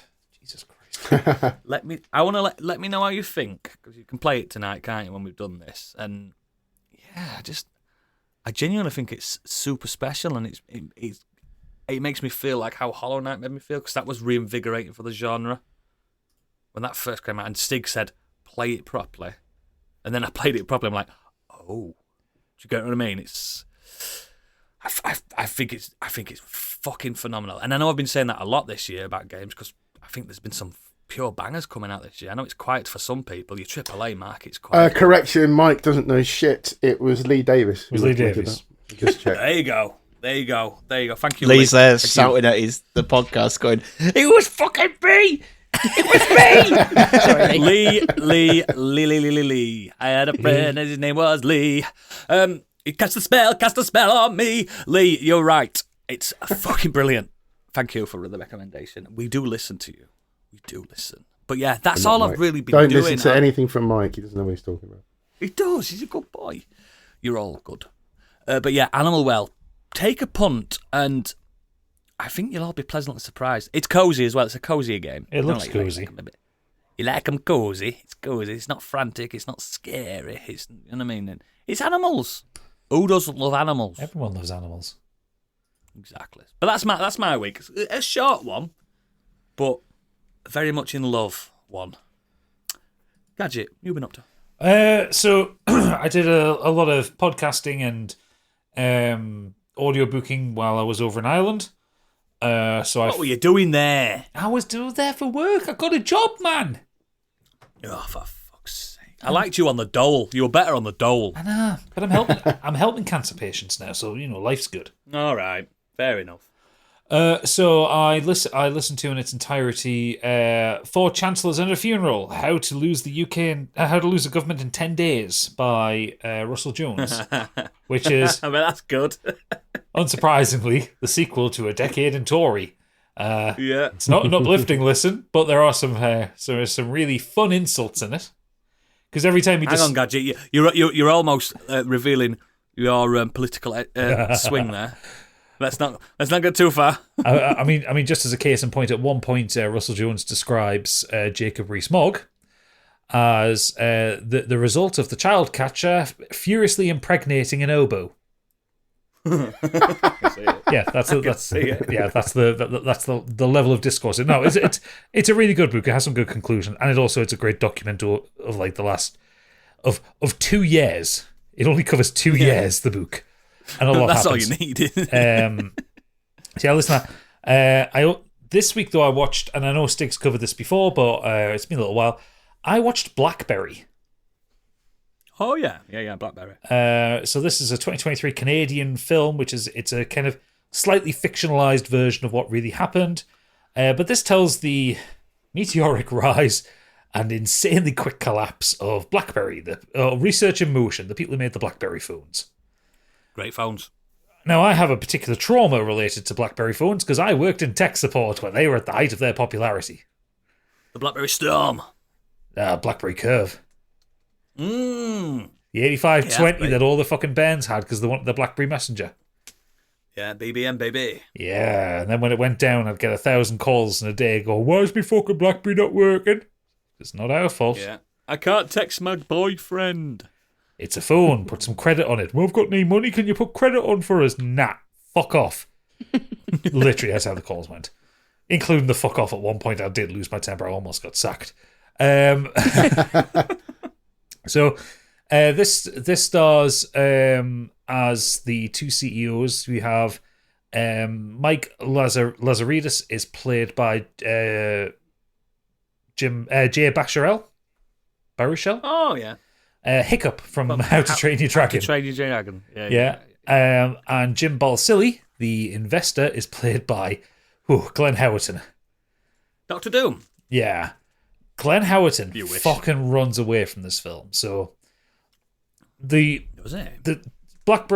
Research in Motion BlackBerry had 2 CEOs. You had Mike Lazaridis and you had Jim Balsillie. Think of this as like a kind of sequel to the way Apple worked. Mike Lazaridis is the tech genius. He's the guy that builds everything. He does the prototypes. He's the ideas guy. He is Steve Wozniak. Jim Balsillie is the was. Yeah. Jim Balsillie is the abrasive, awful salesman. He's Steve Jobs. Yeah. A lot of BlackBerry's success came down to happy accidents. Pitching to the right people at the right time or having the right thing that worked just at the right time. But they were popular phones. And this film tells like how Jim Balsillie came into the company, how abusive he was towards staff because he's a very awful man. But it also talks about like how BlackBerry became successful. Like, for instance, like I made a thing about BlackBerry Messenger there, like because I hated it at the time when BlackBerry Messenger was a thing. Revolutionary. It was revolutionary because at the time you paid for text messages. 2p a text usually, wasn't it? For how many characters were it? Like 30? 10p a text. 10p a text for 140 characters, 160 characters. Sorry. That was And that was like send a tweet, basically. yeah, and like so, like the networks, Yeah. the networks were making money off that. It became an enormous selling point for a BlackBerry to have BlackBerry Messenger, free texting. So yeah, it charts before your WhatsApps, kids. Before your WhatsApps. Yeah, it charts the rise of like how they got around like the network issue time, because at the time, 2004, 3 or 4, networks were fucking rough. Like they hardly worked. Like 2G, baby. Well, no, not even that. Not even the speed. It was like there was a limit to the amount of connections you could have and stuff like that. So yes, if you exceeded that, the BlackBerry didn't work. So it covers them going through that. It covers the idea of them being kind of the modern internet providers, but then also that they really fumbled when the iPhone was announced, because Mike Lazaridis was absolutely confident that people wanted to have the BlackBerry because they loved the clicky keyboard. They wanted that. They wanted that touch response. And because they fumbled it with the iPhone, everyone went with the iPhone, that's when they created the BlackBerry Storm, which was a touchscreen phone where the screen moved and it clicked, and it was shit. It was the worst fucking phone. But you could play Metal Gear on it. You could. Download it. But it was bad version of it. Anyway, yeah. This film is really good. It's well put together. It's well made. It's a very cheap film. It was only made for $5 million. Wow. It's been a darling of kind of indie film festivals. It's won so many awards. Didn't do well at Cannes. I think it did, didn't it? It did well at Cannes. Like Glenn Howerton's won a load of awards for supporting it. Glenn Howerton, like I said, he runs away from this film. He's essentially playing Dennis Reynolds, but there is a different intensity to him. Like, it's less psychopath that might murder you, more psychopath that will punch you in the face if you don't give him what he wants. So it's a slightly different kind of psychopath, but yeah, it's really good. I even kind of didn't mind Jay Baruchel by the end of it. Like, I don't normally like him that much as an actor. No, he's a bit whiny, isn't he? He's a bit whiny, but it works because Mike The character Lazaridis is whiny. Yeah, Mike Lazaridis is kind of whiny. He's kind of autistic coded. Like, he doesn't like has to have things in a certain way, and he's got no confidence and that kind of thing. Like Mark Zuckerberg. Yeah, this is you put this down as like a social network without the David Fincher budget. Yeah. Trent Reznor music. Yeah.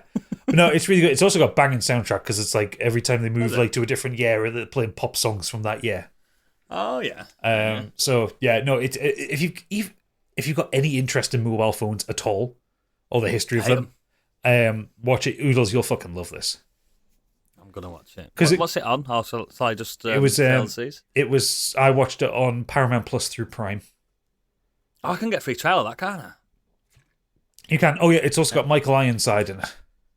Ah, one of them forever. Deal breaker. Give him that nice deep baritone that he's so good at. Yeah. And Sam Fisher himself. And weirdly enough, Carrie Elways. I was really surprised to see him in it. You never see him anymore. No. Is he still handsome? No. He's still handsome. He plays Carl Jankowski, who was the CEO of Palm. Do you remember Palm?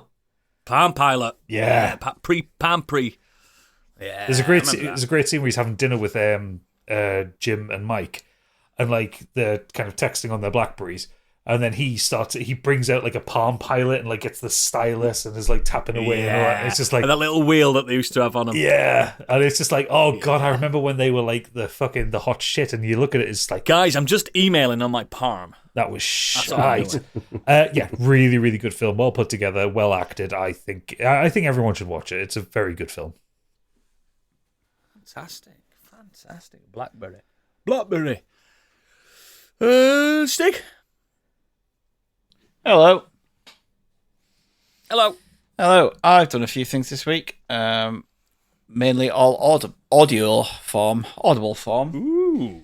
Although technically one is watching and audible. First one, obviously, we went down to London to see Olivia Rodrigo this weekend. Took the kids to their first ever gig. Nice. She was phenomenal. Dad points there. Yep. they get to see Olivia Rodrigo and Taylor Swift within a month of each other. So yeah, super dad points. They're going to be cunts for the rest of the year because they don't need to be good for anything ever again. But yeah, she was amazing. And the O2 Arena holds like 20,000 people, and man, there was a lot of screaming girls and screaming women in that place. It's going to be worse for Taylor. Yeah, actually, it's probably worse in the O2 because it's got a roof. A lot of the sound escapes stadiums. True, but there's going to be 80,000 of them around you. No, Anfield doesn't hold that many. Be like 50,000. Yeah. Like Either way, there's going to be a lot of them. But I know that she can sing, but man, I didn't realize she was that good of a singer. Like, she was phenomenal live. She was so good, like, and kept the energy up completely all the way through. And like, she's only 21 years old and just had like everyone just eating out the palm of her hands. It's fucking mad that a 21-year-old is commanding a headline arena tour. Yeah, she's 100%. She's going to be doing stadiums next time. Yeah, she's that big now.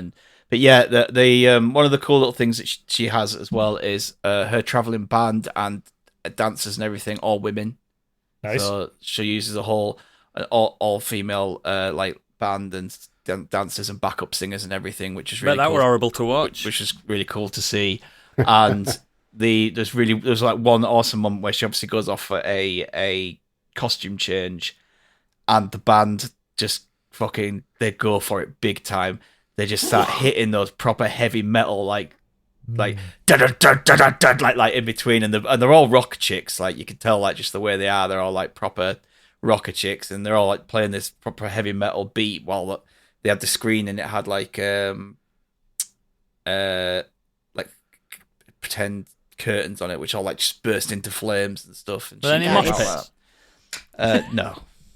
And yeah, and there was another little cool bit where this moon descended from the ceiling, and she sat on that, and it went round in a circle over the top of the crowd while she sang a couple They all of do that slow lately songs. because Pink's been spinning about, hasn't she, Oh for yeah, years. nah, Pink's been doing fucking wire work. That is a different Yeah, level. she's with Pink. Circus Delay, like, you know, Olivia Rodrigo's just sat on a big, like, half Sat on a moon. Yeah, sat on a moon, yeah. But one point when she got halfway around, she stopped and did a bit of crowd talking. She goes, "I'm really competitive, so I want you to be." She goes, "All the people in the seated seats, I want you to scream as loud as you can."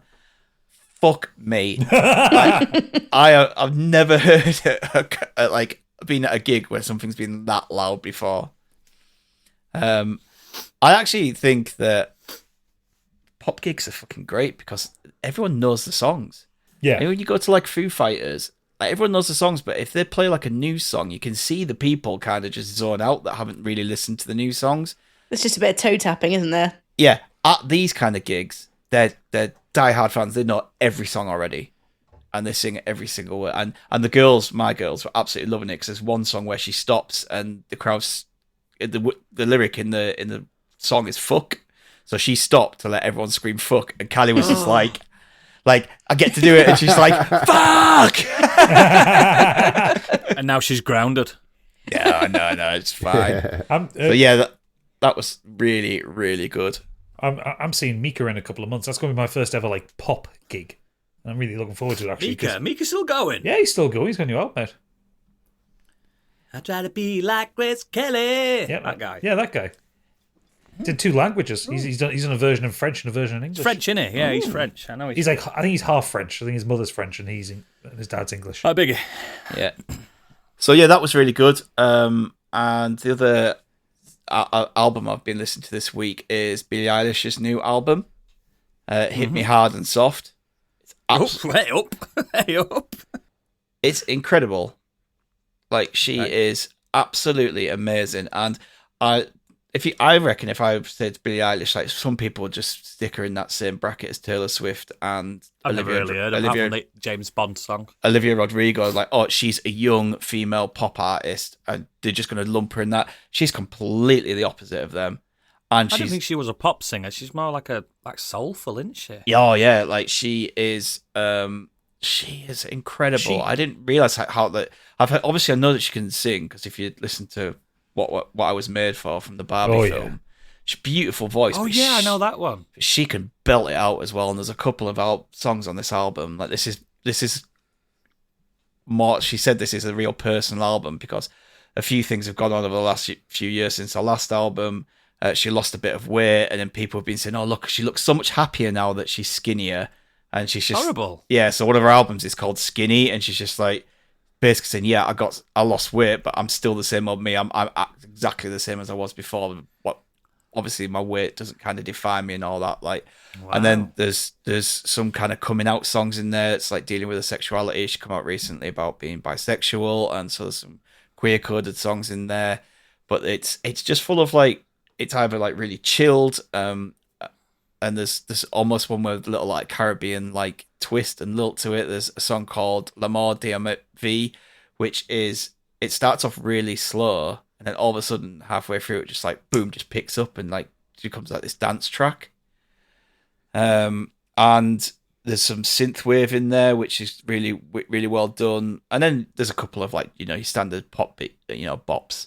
You can't really not put them in there. But I remember listening to our first album, the one with Bad Guy on it, and I thought that was a great album. Yeah, it almost feels like, and I know there is a genre called pop punk, but it is like a punk version of pop. Like, she's subverting a lot of the pop trends and the pop concepts. Like, she uses a lot of very interesting chord progressions, weird samples, but the songs never flow how you expect them to, but they always make sense how they flow.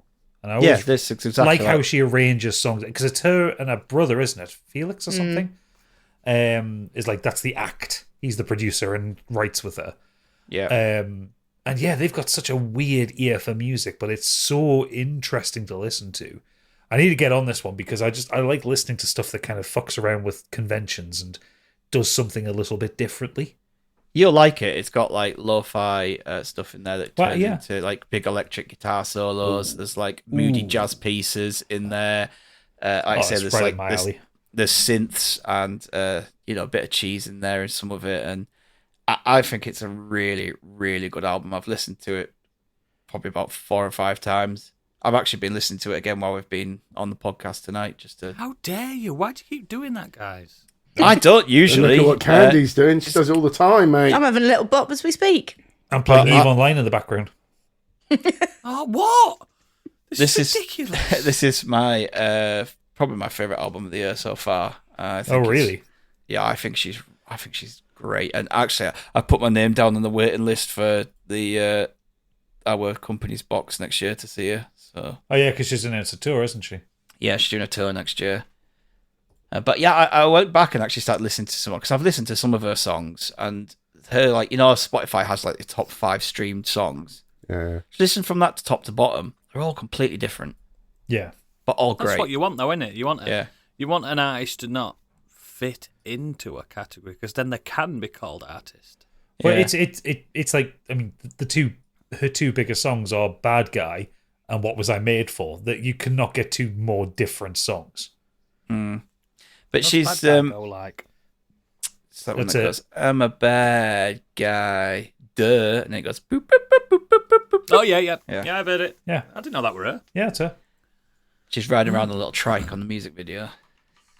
I think. Oh, it's Black and Green Hair Girl. Yeah. Is that her? Yeah. Is that her that were at the Oscars? Yeah, she won an Oscar for. She don't look like that anymore. No, she's doing like that Madonna thing where she's having like reinventions of herself. Like she always said that she wore like baggy t-shirts and like skater shorts because she didn't want to show off her body. I thought she was just a kid. Well, she was a kid, but she was also kind of self-conscious because she had big boobs and stuff like that, and like she didn't like being objectified. Oh. And then good for her. This album has just come out, but the previous album, she then went to Vogue and she did a really kind of high fashion shoot, showing herself off because she was owning herself. Oh, and like she's evolving as a person and an artist quite publicly, and it's so really in the interesting dark. to see. It feels alien to me, but I have heard her stuff. Yeah, it's really good. She's good. Like, really melancholic in some of the songs, and like it's just one that you could sit back and I'm just gonna listen to this album while I have a drink and not do anything but just sit and listen to the album. Okay, like it's really good album. One more thing, I want to talk about this because this is fucking incredible. Last week I listened to the Audible version of George Orwell's 1984. So this book. I is- keep toying with this. So this isn't a book. This is an Audible play available for if you have an Audible subscription with Amazon. Not anymore. It's this might get you back. It stars Andrew Garfield as the lead, as Winston. Oh yeah, I know about this. It's got Cynthia Erivo as Julia, Tom Hardy as Big Brother, and Andrew Scott as O'Brien. It also features Ramesh Ranganathan as Parsons and Chukwudu Iwuju as Charrington, amongst a lot of other really good voice actors. It's Muse's frontman, producer, and songwriter Matthew Bellamy has created an original score with a 60-piece orchestra at Abbey Road Studios, featuring reworks of two of Muse's most iconic tracks. And it's directed by BAFTA award-winning Destiny Ekaraga. Oh. So it's had a lot of money and effort pumped into it, and it's really, really good. I've never read 1984. I haven't. So, but I know a lot of the basic things about it, like it's like where Room 101 came from, it's where Big Brother came from. It's like it's very dystopian. It's a not good book. It's a depressing as fuck book. It's not Orwell's best. You need to read Road to Wigan Pier next. Love that. Yeah, but this is if you just want to get the story, and yeah, it's a good way in, isn't it?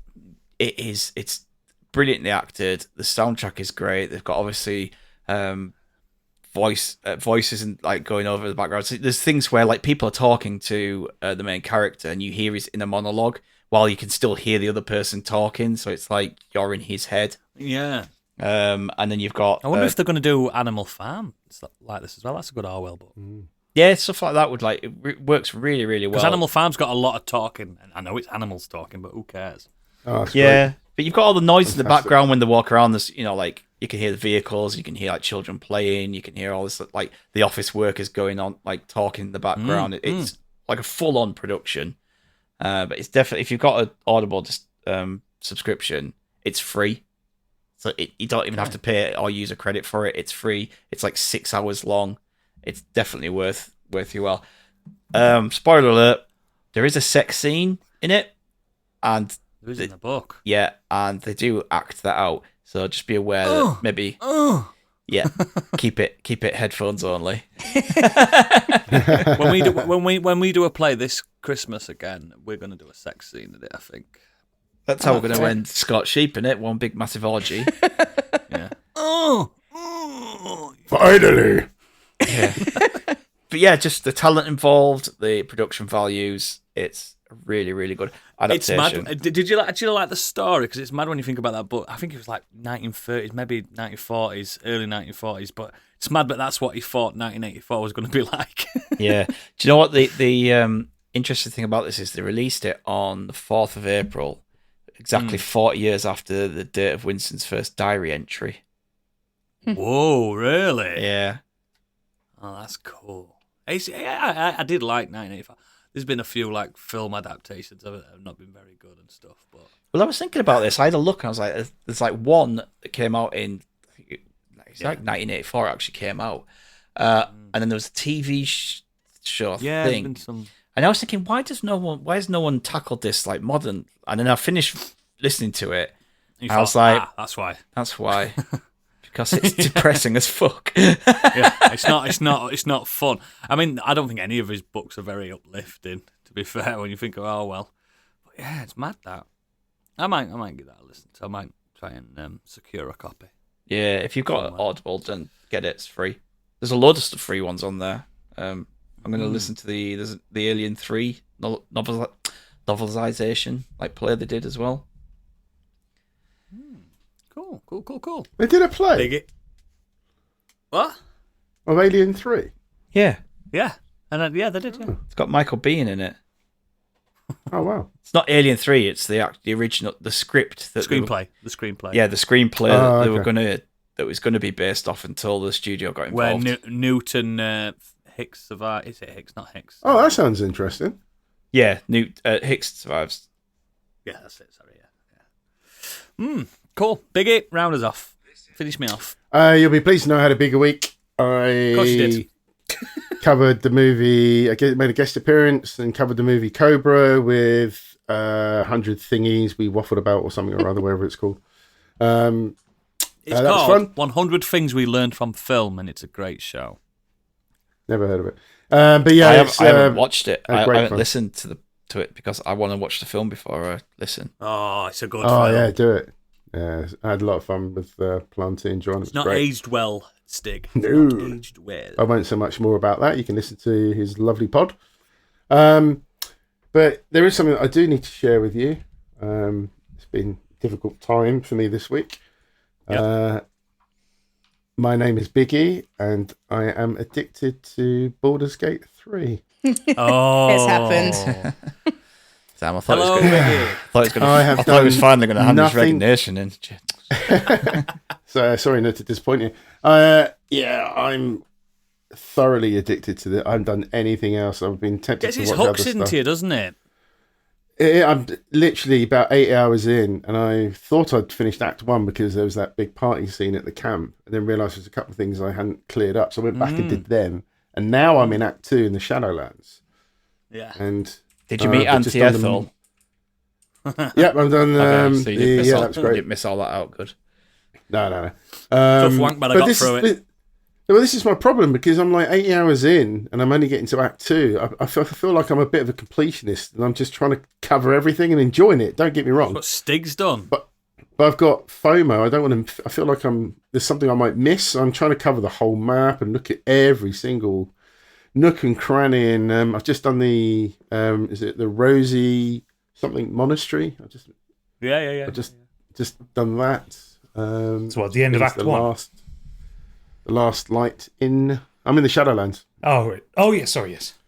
I went back and I was just saying, I just went back and tried to finish a few things off in case I got to that point where it's cut Are off. you and I saying can't that go you're back. 80 hours in and you're on Act 80 2? hours in, yeah. 80? I mean, it's possible. There is a lot of content Yeah, it in took those me first two ages acts. I got first. Took me ages to get first two. I didn't. I think get- Because I'm enjoying it. I'm soaking it up. I'm loving the atmosphere. I'm loving the side I quest enjoyed it, but it things didn't take you me 80 discover. hours to get to Act 2. I mean, it took me. That's because I'm doing everything. Took me 70 hours to get I've to done Act 3. everything in it. I mean, I've played more than did 80 you? hours now because I've had consecutive playthroughs. But fuck. But I'm enjoying it. That's the thing. I mean, I'm loving having the fun, and I just haven't done anything else this week. I've just been You won't be playing with every 80 minute. hours. There's no one else to do in a week. Have you been to No, work? not in a week. I've done 80 hours, but I'm just saying I'm 80 hours in. Oh, But yeah, just loving it. Just can't stop thinking about really it. good. When I finish, maybe tonight, I might have a quick crack at it. You know what I mean? It's just kind of every moment I'm not got free Got time. school I in the want to morning. No. Get off your games. So yeah, it's just I understand why everyone rated it. So I already knew that anyway and understood why. But when you actually play it and you get into it, I can feel like, yeah, I get. Do you know what it is about that game, I mate? understand it. Why it sinks? It's the accessibility of it. Oh, yeah. It's just simple to play, and it can be Yeah. as complicated and convoluted as you want it to be. You don't Yeah, have yeah. like my first run through. I finished it in 30 odd hours because I just simply played how I wanted to play, and I just kept going. I just kept going with the story. Then I've had subsequent playthroughs where I've done everything like you've done, but because I already knew about things coming up, I was prepared. Do you know what I mean? Yeah. And I've played that game I think through 4 times now, and it's felt completely different every time. Yeah, I think because I'm playing the goody two shoes, all that sort of thing, and I've got my favourite kind of group of people, I might go back after this playthrough when I've taken a break from it, and then I might choose some of the other party members and go with them instead and just see how that goes. I did a playthrough where my character kept murdering people, and I weren't in control. Oh, dirge. I was seeing some of the options that come up in the. I kept going, why are you doing Features. this? Because you played the fucking Dark Urge. He's a psychopath. He was a psychopath. But it's weird because from playing Divinity Sin, I don't know why I struggled with the combat early on, and I found it quite difficult. And I was making mistakes in battles. I was thinking, why This is game, not I do clicking? think this game is easier than Divinity. It's a And then- it's a simplified compound loop compared to Divinity. Yeah. Because Divinity, Yeah, you've but I got- just felt like I wasn't set up right, and I was making the stupid yeah. mistakes, not looking at the environment, not looking at everything that the game is telling you. Look here, do this, play this way.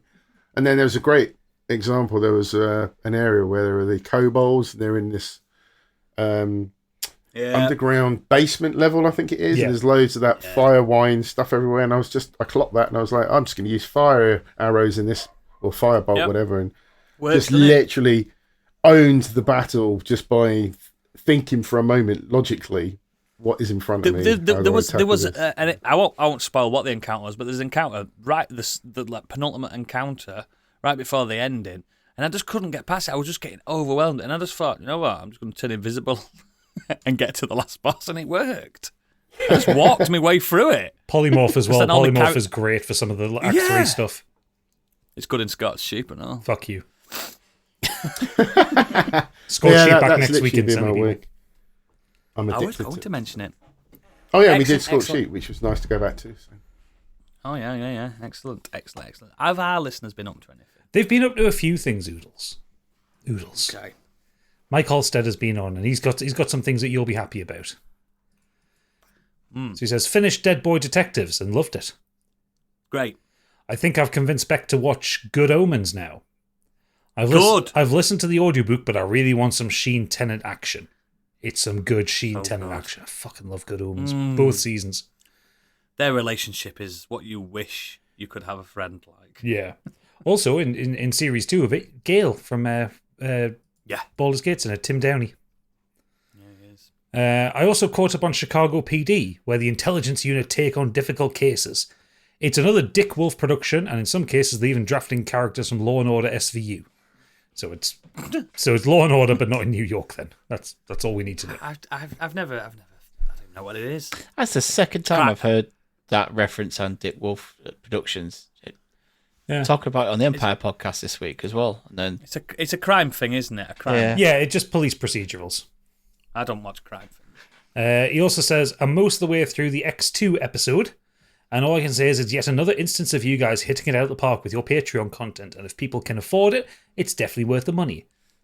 And I agree. And I agree with Stig last week. Oodles' TikTok is unhinged. I also sent stuff to Mike as well. He accepted it. He didn't tell me off the first time. Poor dead and it Mike. just kept happening. If anyone wants in on it, just hit me up. Dean hasn't got a choice. I send it to him all the time. Fucking hell. Stig, what are you having some real technical difficulties with your electronics tonight? I think there's a ghost in his house. Kieran says, hello chums. Now, he's responding to episode 184, not last week's episode. So, quality episode. I enjoyed the chat around Resident Evil 9 and where it's got left to go. And I tell you what, I'm all for Resident Evil in space. No. They did it with Dino Crisis and it didn't work. Remember Martian Gothic? Oh, no. That was a fucking dreadful game. Play the game Martian Gothic Reunification, guys, if you want Resident Evil in space. No, never play that game. It's awful. On a slightly different topic from the episode, I remember feeling relieved when I found out a few years ago that other people also pack underpants like they're expecting to shit their pants 4 times a day when they're on holiday. Yeah, you have to.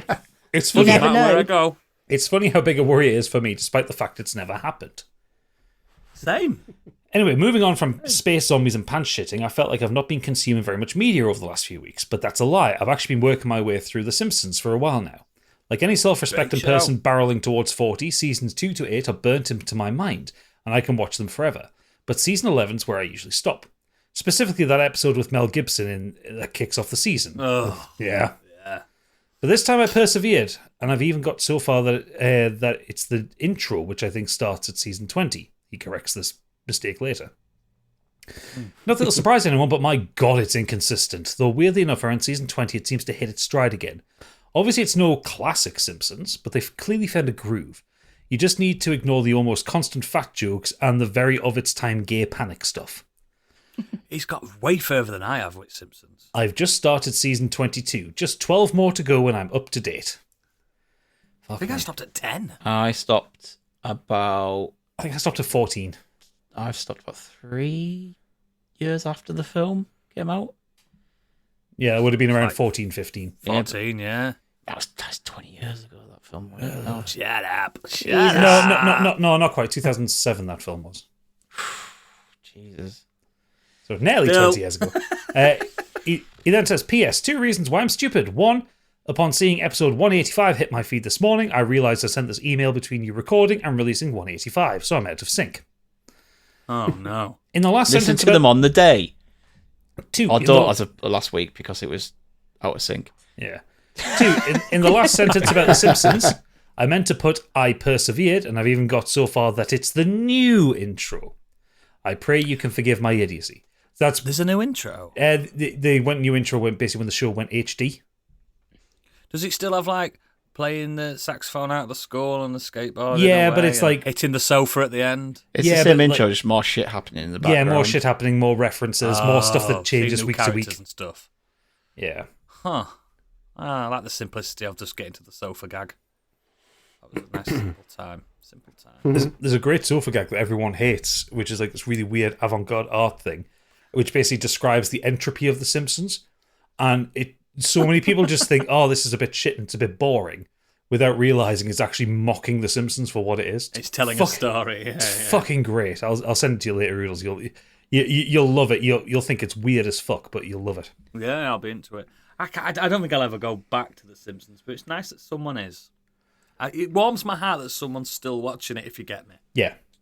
People I like must that it people must exists. be, 'cause Keep they'd, making get, it. they'd sack Not it off cheap. if viewing figures were down, yeah. Not a cheap show I to like make that it either. exists. I like that it exists, and I know if I watched a new episode now, lots of characters have died and stuff like that. The characters that you wouldn't see now is obviously Maud Flanders because they killed the character off, and you wouldn't see Edna Krabappel because the actress died. Didn't they get rid of Apu as well? They got rid of Apu, but they didn't like kill him off. They just stopped putting him in it. I thought they just changed the actor. They actually used an Indian actor. Is Apu still? I don't think Apu's still in it. Is he? I didn't think have he was no still in idea. it. No, maybe he's not. But they did kill off one of the In March bad- 2021, Matt Groening is planning to bring back Apu with new stories, but looking for a voice actor because Hank Azaria is not playing him anymore. Yeah, He ain't doing that. one of the drunks in the bar got killed off recently. Which one? I can't remember. It's the bald schlubby one. Oh, him, yeah. Oh, the backgroundy one. Yeah, I know what they you gave him mean, actual yeah. like he's just always there in the bar. But they did an Yeah, episode yeah, where he he is. died and like the funeral and like he had Oh, a full shit. character and everything. Shit. He had a life. Yeah. Well, good on you. Good on you, Kieran. Good on you. Keep up the struggle. Next up, Mr. Worldwide himself, it's Planty. He Another says, Simpsons lover. "Hello, modern pals. Another busy week of it this week saw us take in Stallone's utterly mental Cobra, as it was Biggie's patron's choice. 2 plugs for his podcast now. Jesus. This is ridiculous. But of course, he's already mentioned that. Haven't you, Biggie? Has he hurt you, Biggie? No, I love planting. Should Biggie not have to mentioned have it, hurt he's getting all his Patreon pounds back in a sock round the back of his head. I fucking hate planting. He can fucking have it. Just come up with me and Noodles. Fill him in with us. We're gonna do it, mate. Yeah, I'll be there, Go mate. him up. I'll drive the getaway car. We don't need to get away. We're gonna stand on his corpse. I'll piss on it. Wow. Poor man. On Friday night, though, Rachel and I watched the utterly mental new documentary on Netflix, The Football Fraudster, a tale of Mehdi Abalimba, a Southend youth team player that managed to convince the world he was a Champions League winner, in spite of only playing with lowly Derby County. I don't know if the lowly was required there, but Yeah, it is a shit team. yeah, Shithead. but he's a Forest supporter, isn't he? So. Yeah, fuck Derby, man. A highlight for me was seeing my old flat in the background of one of the shots where a taxi driver was in tears because he was done out in £1,900. Happier times. Well worth 90 minutes of your time because, like the Tinder swindler, it gets more mental as the minutes pass. I'll watch that. Anyway, I best get off. I've got to convince Thierry Henry's ex-wife I'm a Navy SEAL. Toodles. I think he'd get away with it. Hey, I'm sure he could try. Zenos has said, what have I done this week? What have I done this week? Excellent question. Not sure, honestly. I think I might have zoned out for a few days and missed it. Did have some unusual crisps. The co-op by me has started selling a flavour called All Dressed, which I gather is a Canadian thing. It's somewhere All dressed what? all dressed crisps. That's not a flavour. Well, He's about to explain he's it. about to explain it. Oh, sorry. It's somewhere between salt and vinegar and about 3 or 4 other flavours. I couldn't pick out anything specific, but I did enjoy them. I also got some noodle cups from TK Maxx, which were pretty good. Anyway, I've run out of ideas for what to do this evening, so I'm currently starting a little sci-fi B-movie from 1977 to see what the fuss is about. Apparently there's some civil war going on and the rebels have won their first victory against the Galactic Empire. I can't see the Star Wars thing ever catching on. It doesn't. It's all downhill from here, mate. They tried making a couple of sequels and they never caught on. I got something different from that response. They sell noodles at TK Maxx. Sell out at TK Maxx. I've never been in one, but I just...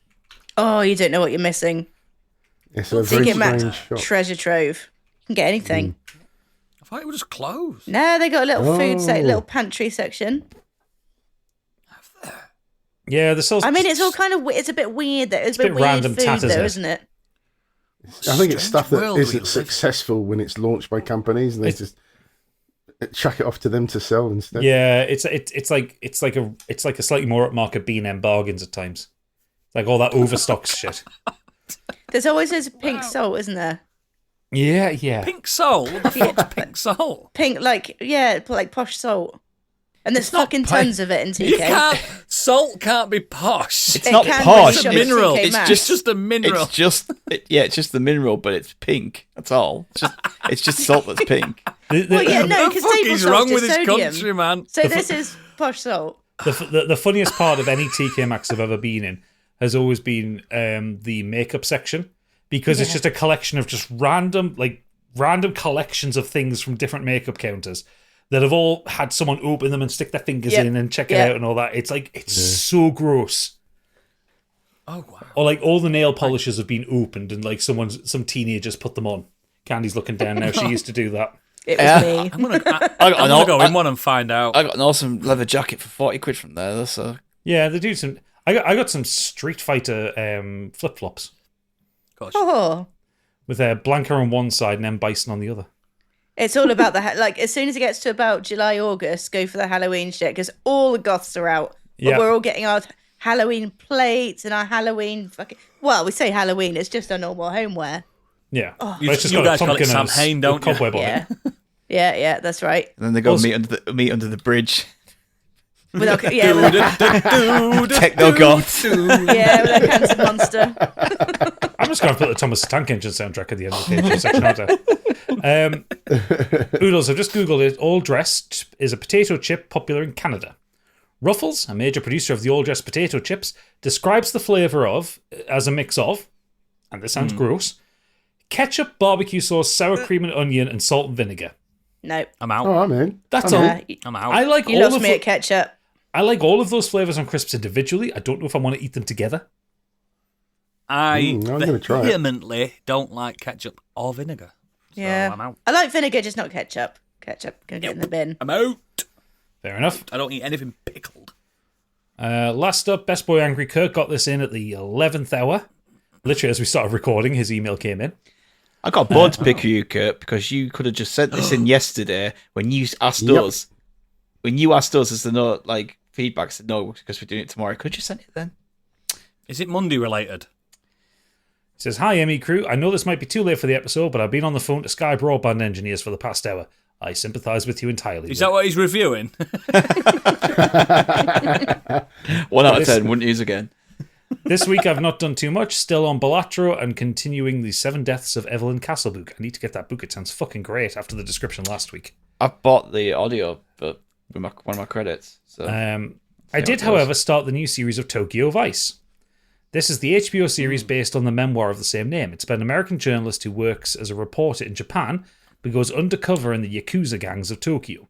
Yeah, I've seen it. It's a superb drama and has the involvement of Michael Mann, so the vibes are spot on. The first and new series is on iPlayer, but I think the first series is also on Netflix if you wanted to give it a try. I also highly recommend the book. Oh, yeah, I'll do that. Michael Manson will be a lot of dark shots and flashing street lights going past. Yeah. It was my final day on the force. Which, I mean, to be fair, that's And also they dragged me back in. that's That's also kind of typical for like any Yakuza film. Yeah. Or any film set in Tokyo.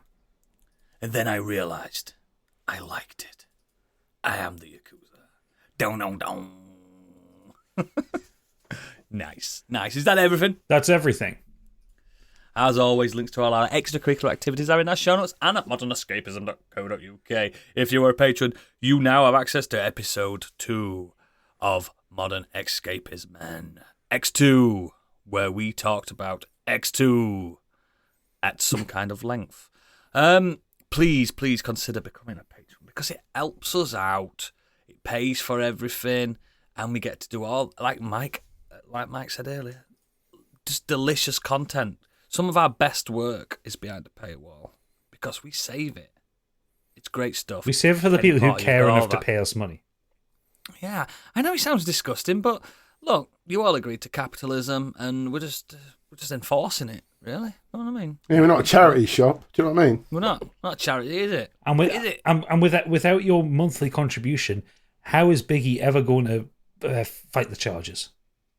Yeah, exactly. Cost a lot. Lawyers cost money, especially the kind of he's lawyers got that would many. take him on as a client. Because let's face it,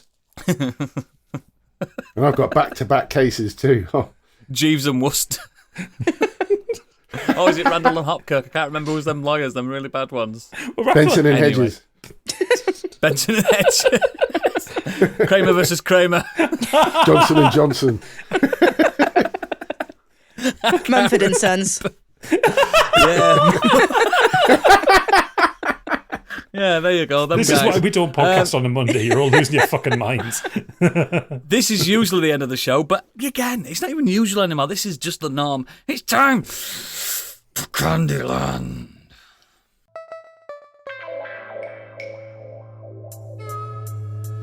And now, what's up in Candyland?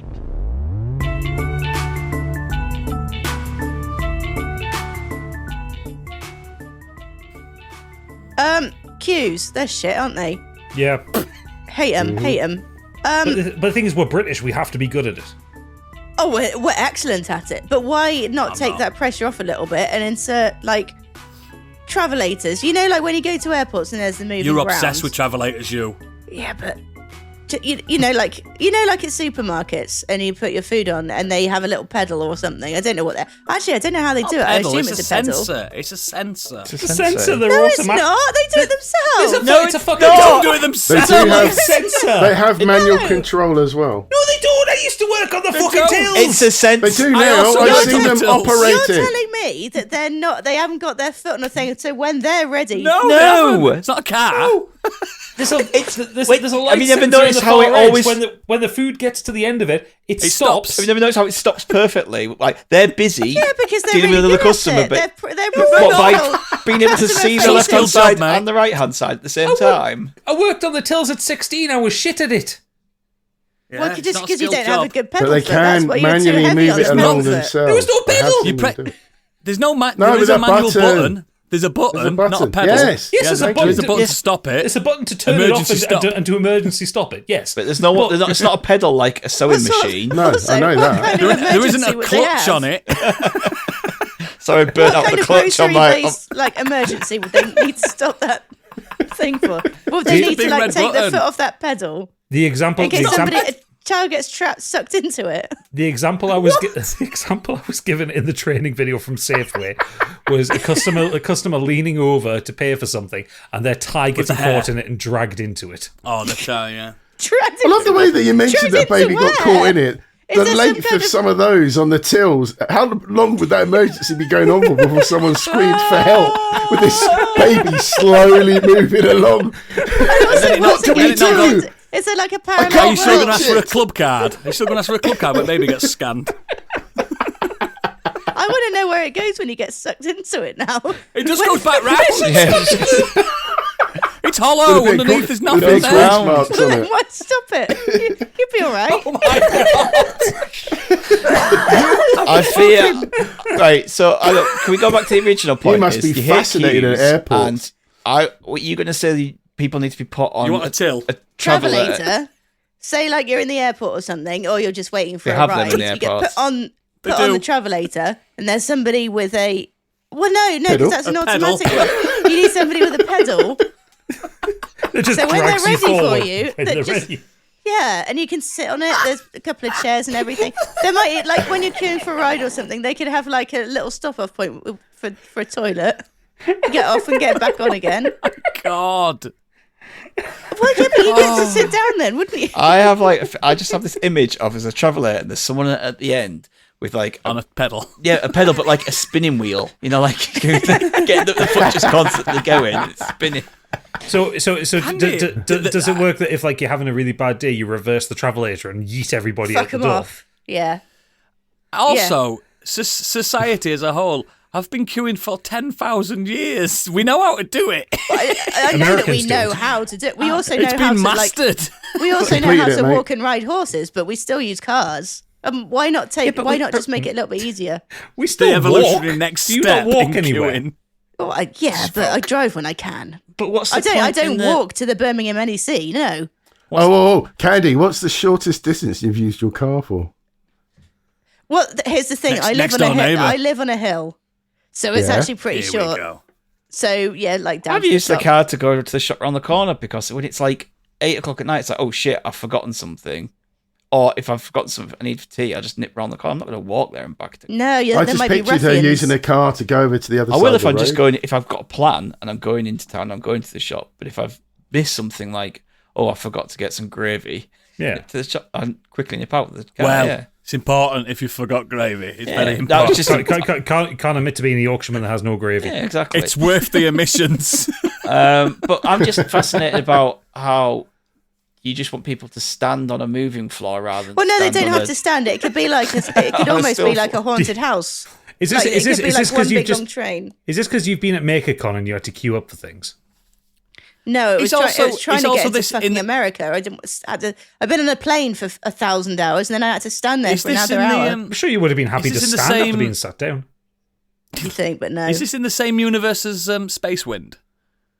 Well, yeah, I guess. you I mean, it's in invented. Candy Planetary Universe. turbulence. Well, no, this is actually Planetary like, turbulence. no, this is a genuine suggestion to make life better for the people. Planetary turbulence was a flight of fancy. That was a what if type situation. Oh, this is legit, is it? This yeah, is legit. this is something that could change the world. No, this No, it couldn't. it would never happen because it would cost so much money just for the sake of stopping And it'd people. break. Yeah, like imagine imagine if that broke, they would make you all get off, stand at the back, Start again. Stand at the Queue. back and wait while yeah, they but you fixed it. could still manually queue.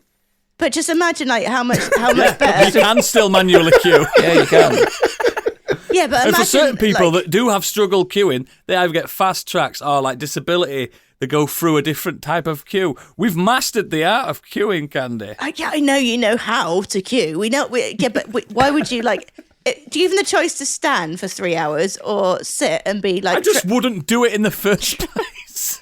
Why don't you just but bring you could one of those have- fold up you camping know what- chairs with you? Who queues for 3 yeah, hours? but you don't take fucking camping never chair in the queued- I've never queue to queued the for 10 fucking minutes. Smiler, do you? But like you I'm could not have going on it. you could have People that didn't get their tickets for the live ME show because they didn't get tickets in advance. That's who exactly queued all 3 the hours to get punters in. and puntresses They're outside. stood at the window trying to look, aren't they? Wow. You could order food to your they're the window position in the lickers, queue you as know. well. Like people could come around with drinks and stuff and be like, "Do you want to buy So a with drink?" this travelator as well, do you reckon there's not going to be chips getting mushed up in it and stuff like that then? Well, no, This is it'd have food. to be like a gentleman's agreement that you aren't fucking messy with your food. Also, Have you 100%. met the human Society. race? Also, 100%. A child is going to injure their hand or get a finger ripped off. Or I don't stuff. care. I mean, that's the choice you take. Well, you would do because that would delay your wherever you're You're saying going. this to the least maternal woman in the world. You Yeah, are, but there's no children going Yeah, on the but I Smiler also because think they're not big enough. I also think that you'd probably do that. Well, that is a slight risk. No, I'm not. I mean, not if I had a queue to be at the front of, I wouldn't. Ooh, piece of cake. I know the importance of being at the front of the queue. What if you had your flippy floppies on and your big toe got caught in and your nails off? My toe is not getting stuck in anything. Have you seen the fucking size of it? It's a giant square. Well, It's like the Candy, hammer. on that bombshell, you've got bigger things to worry about than queuing. Thank you for listening to whatever this was. And patrons, we'll meet you around the back for more of this shite. Thank you very much, everyone. Bye. Bye. Bye.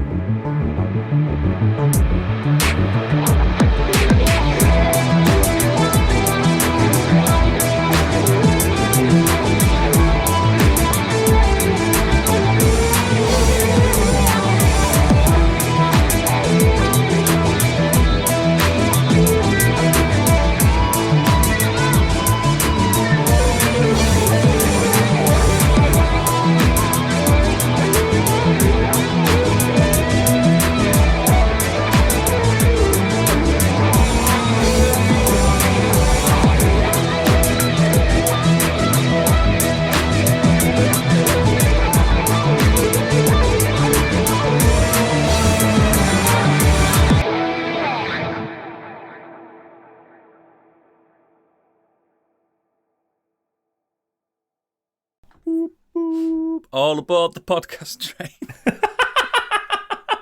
I'm so sorry. I'm going to put that as Easter egg and then put the Thomas the Tank Engine music at the end. I'll just do that as our intro. No, that's All not about All aboard the podcast train.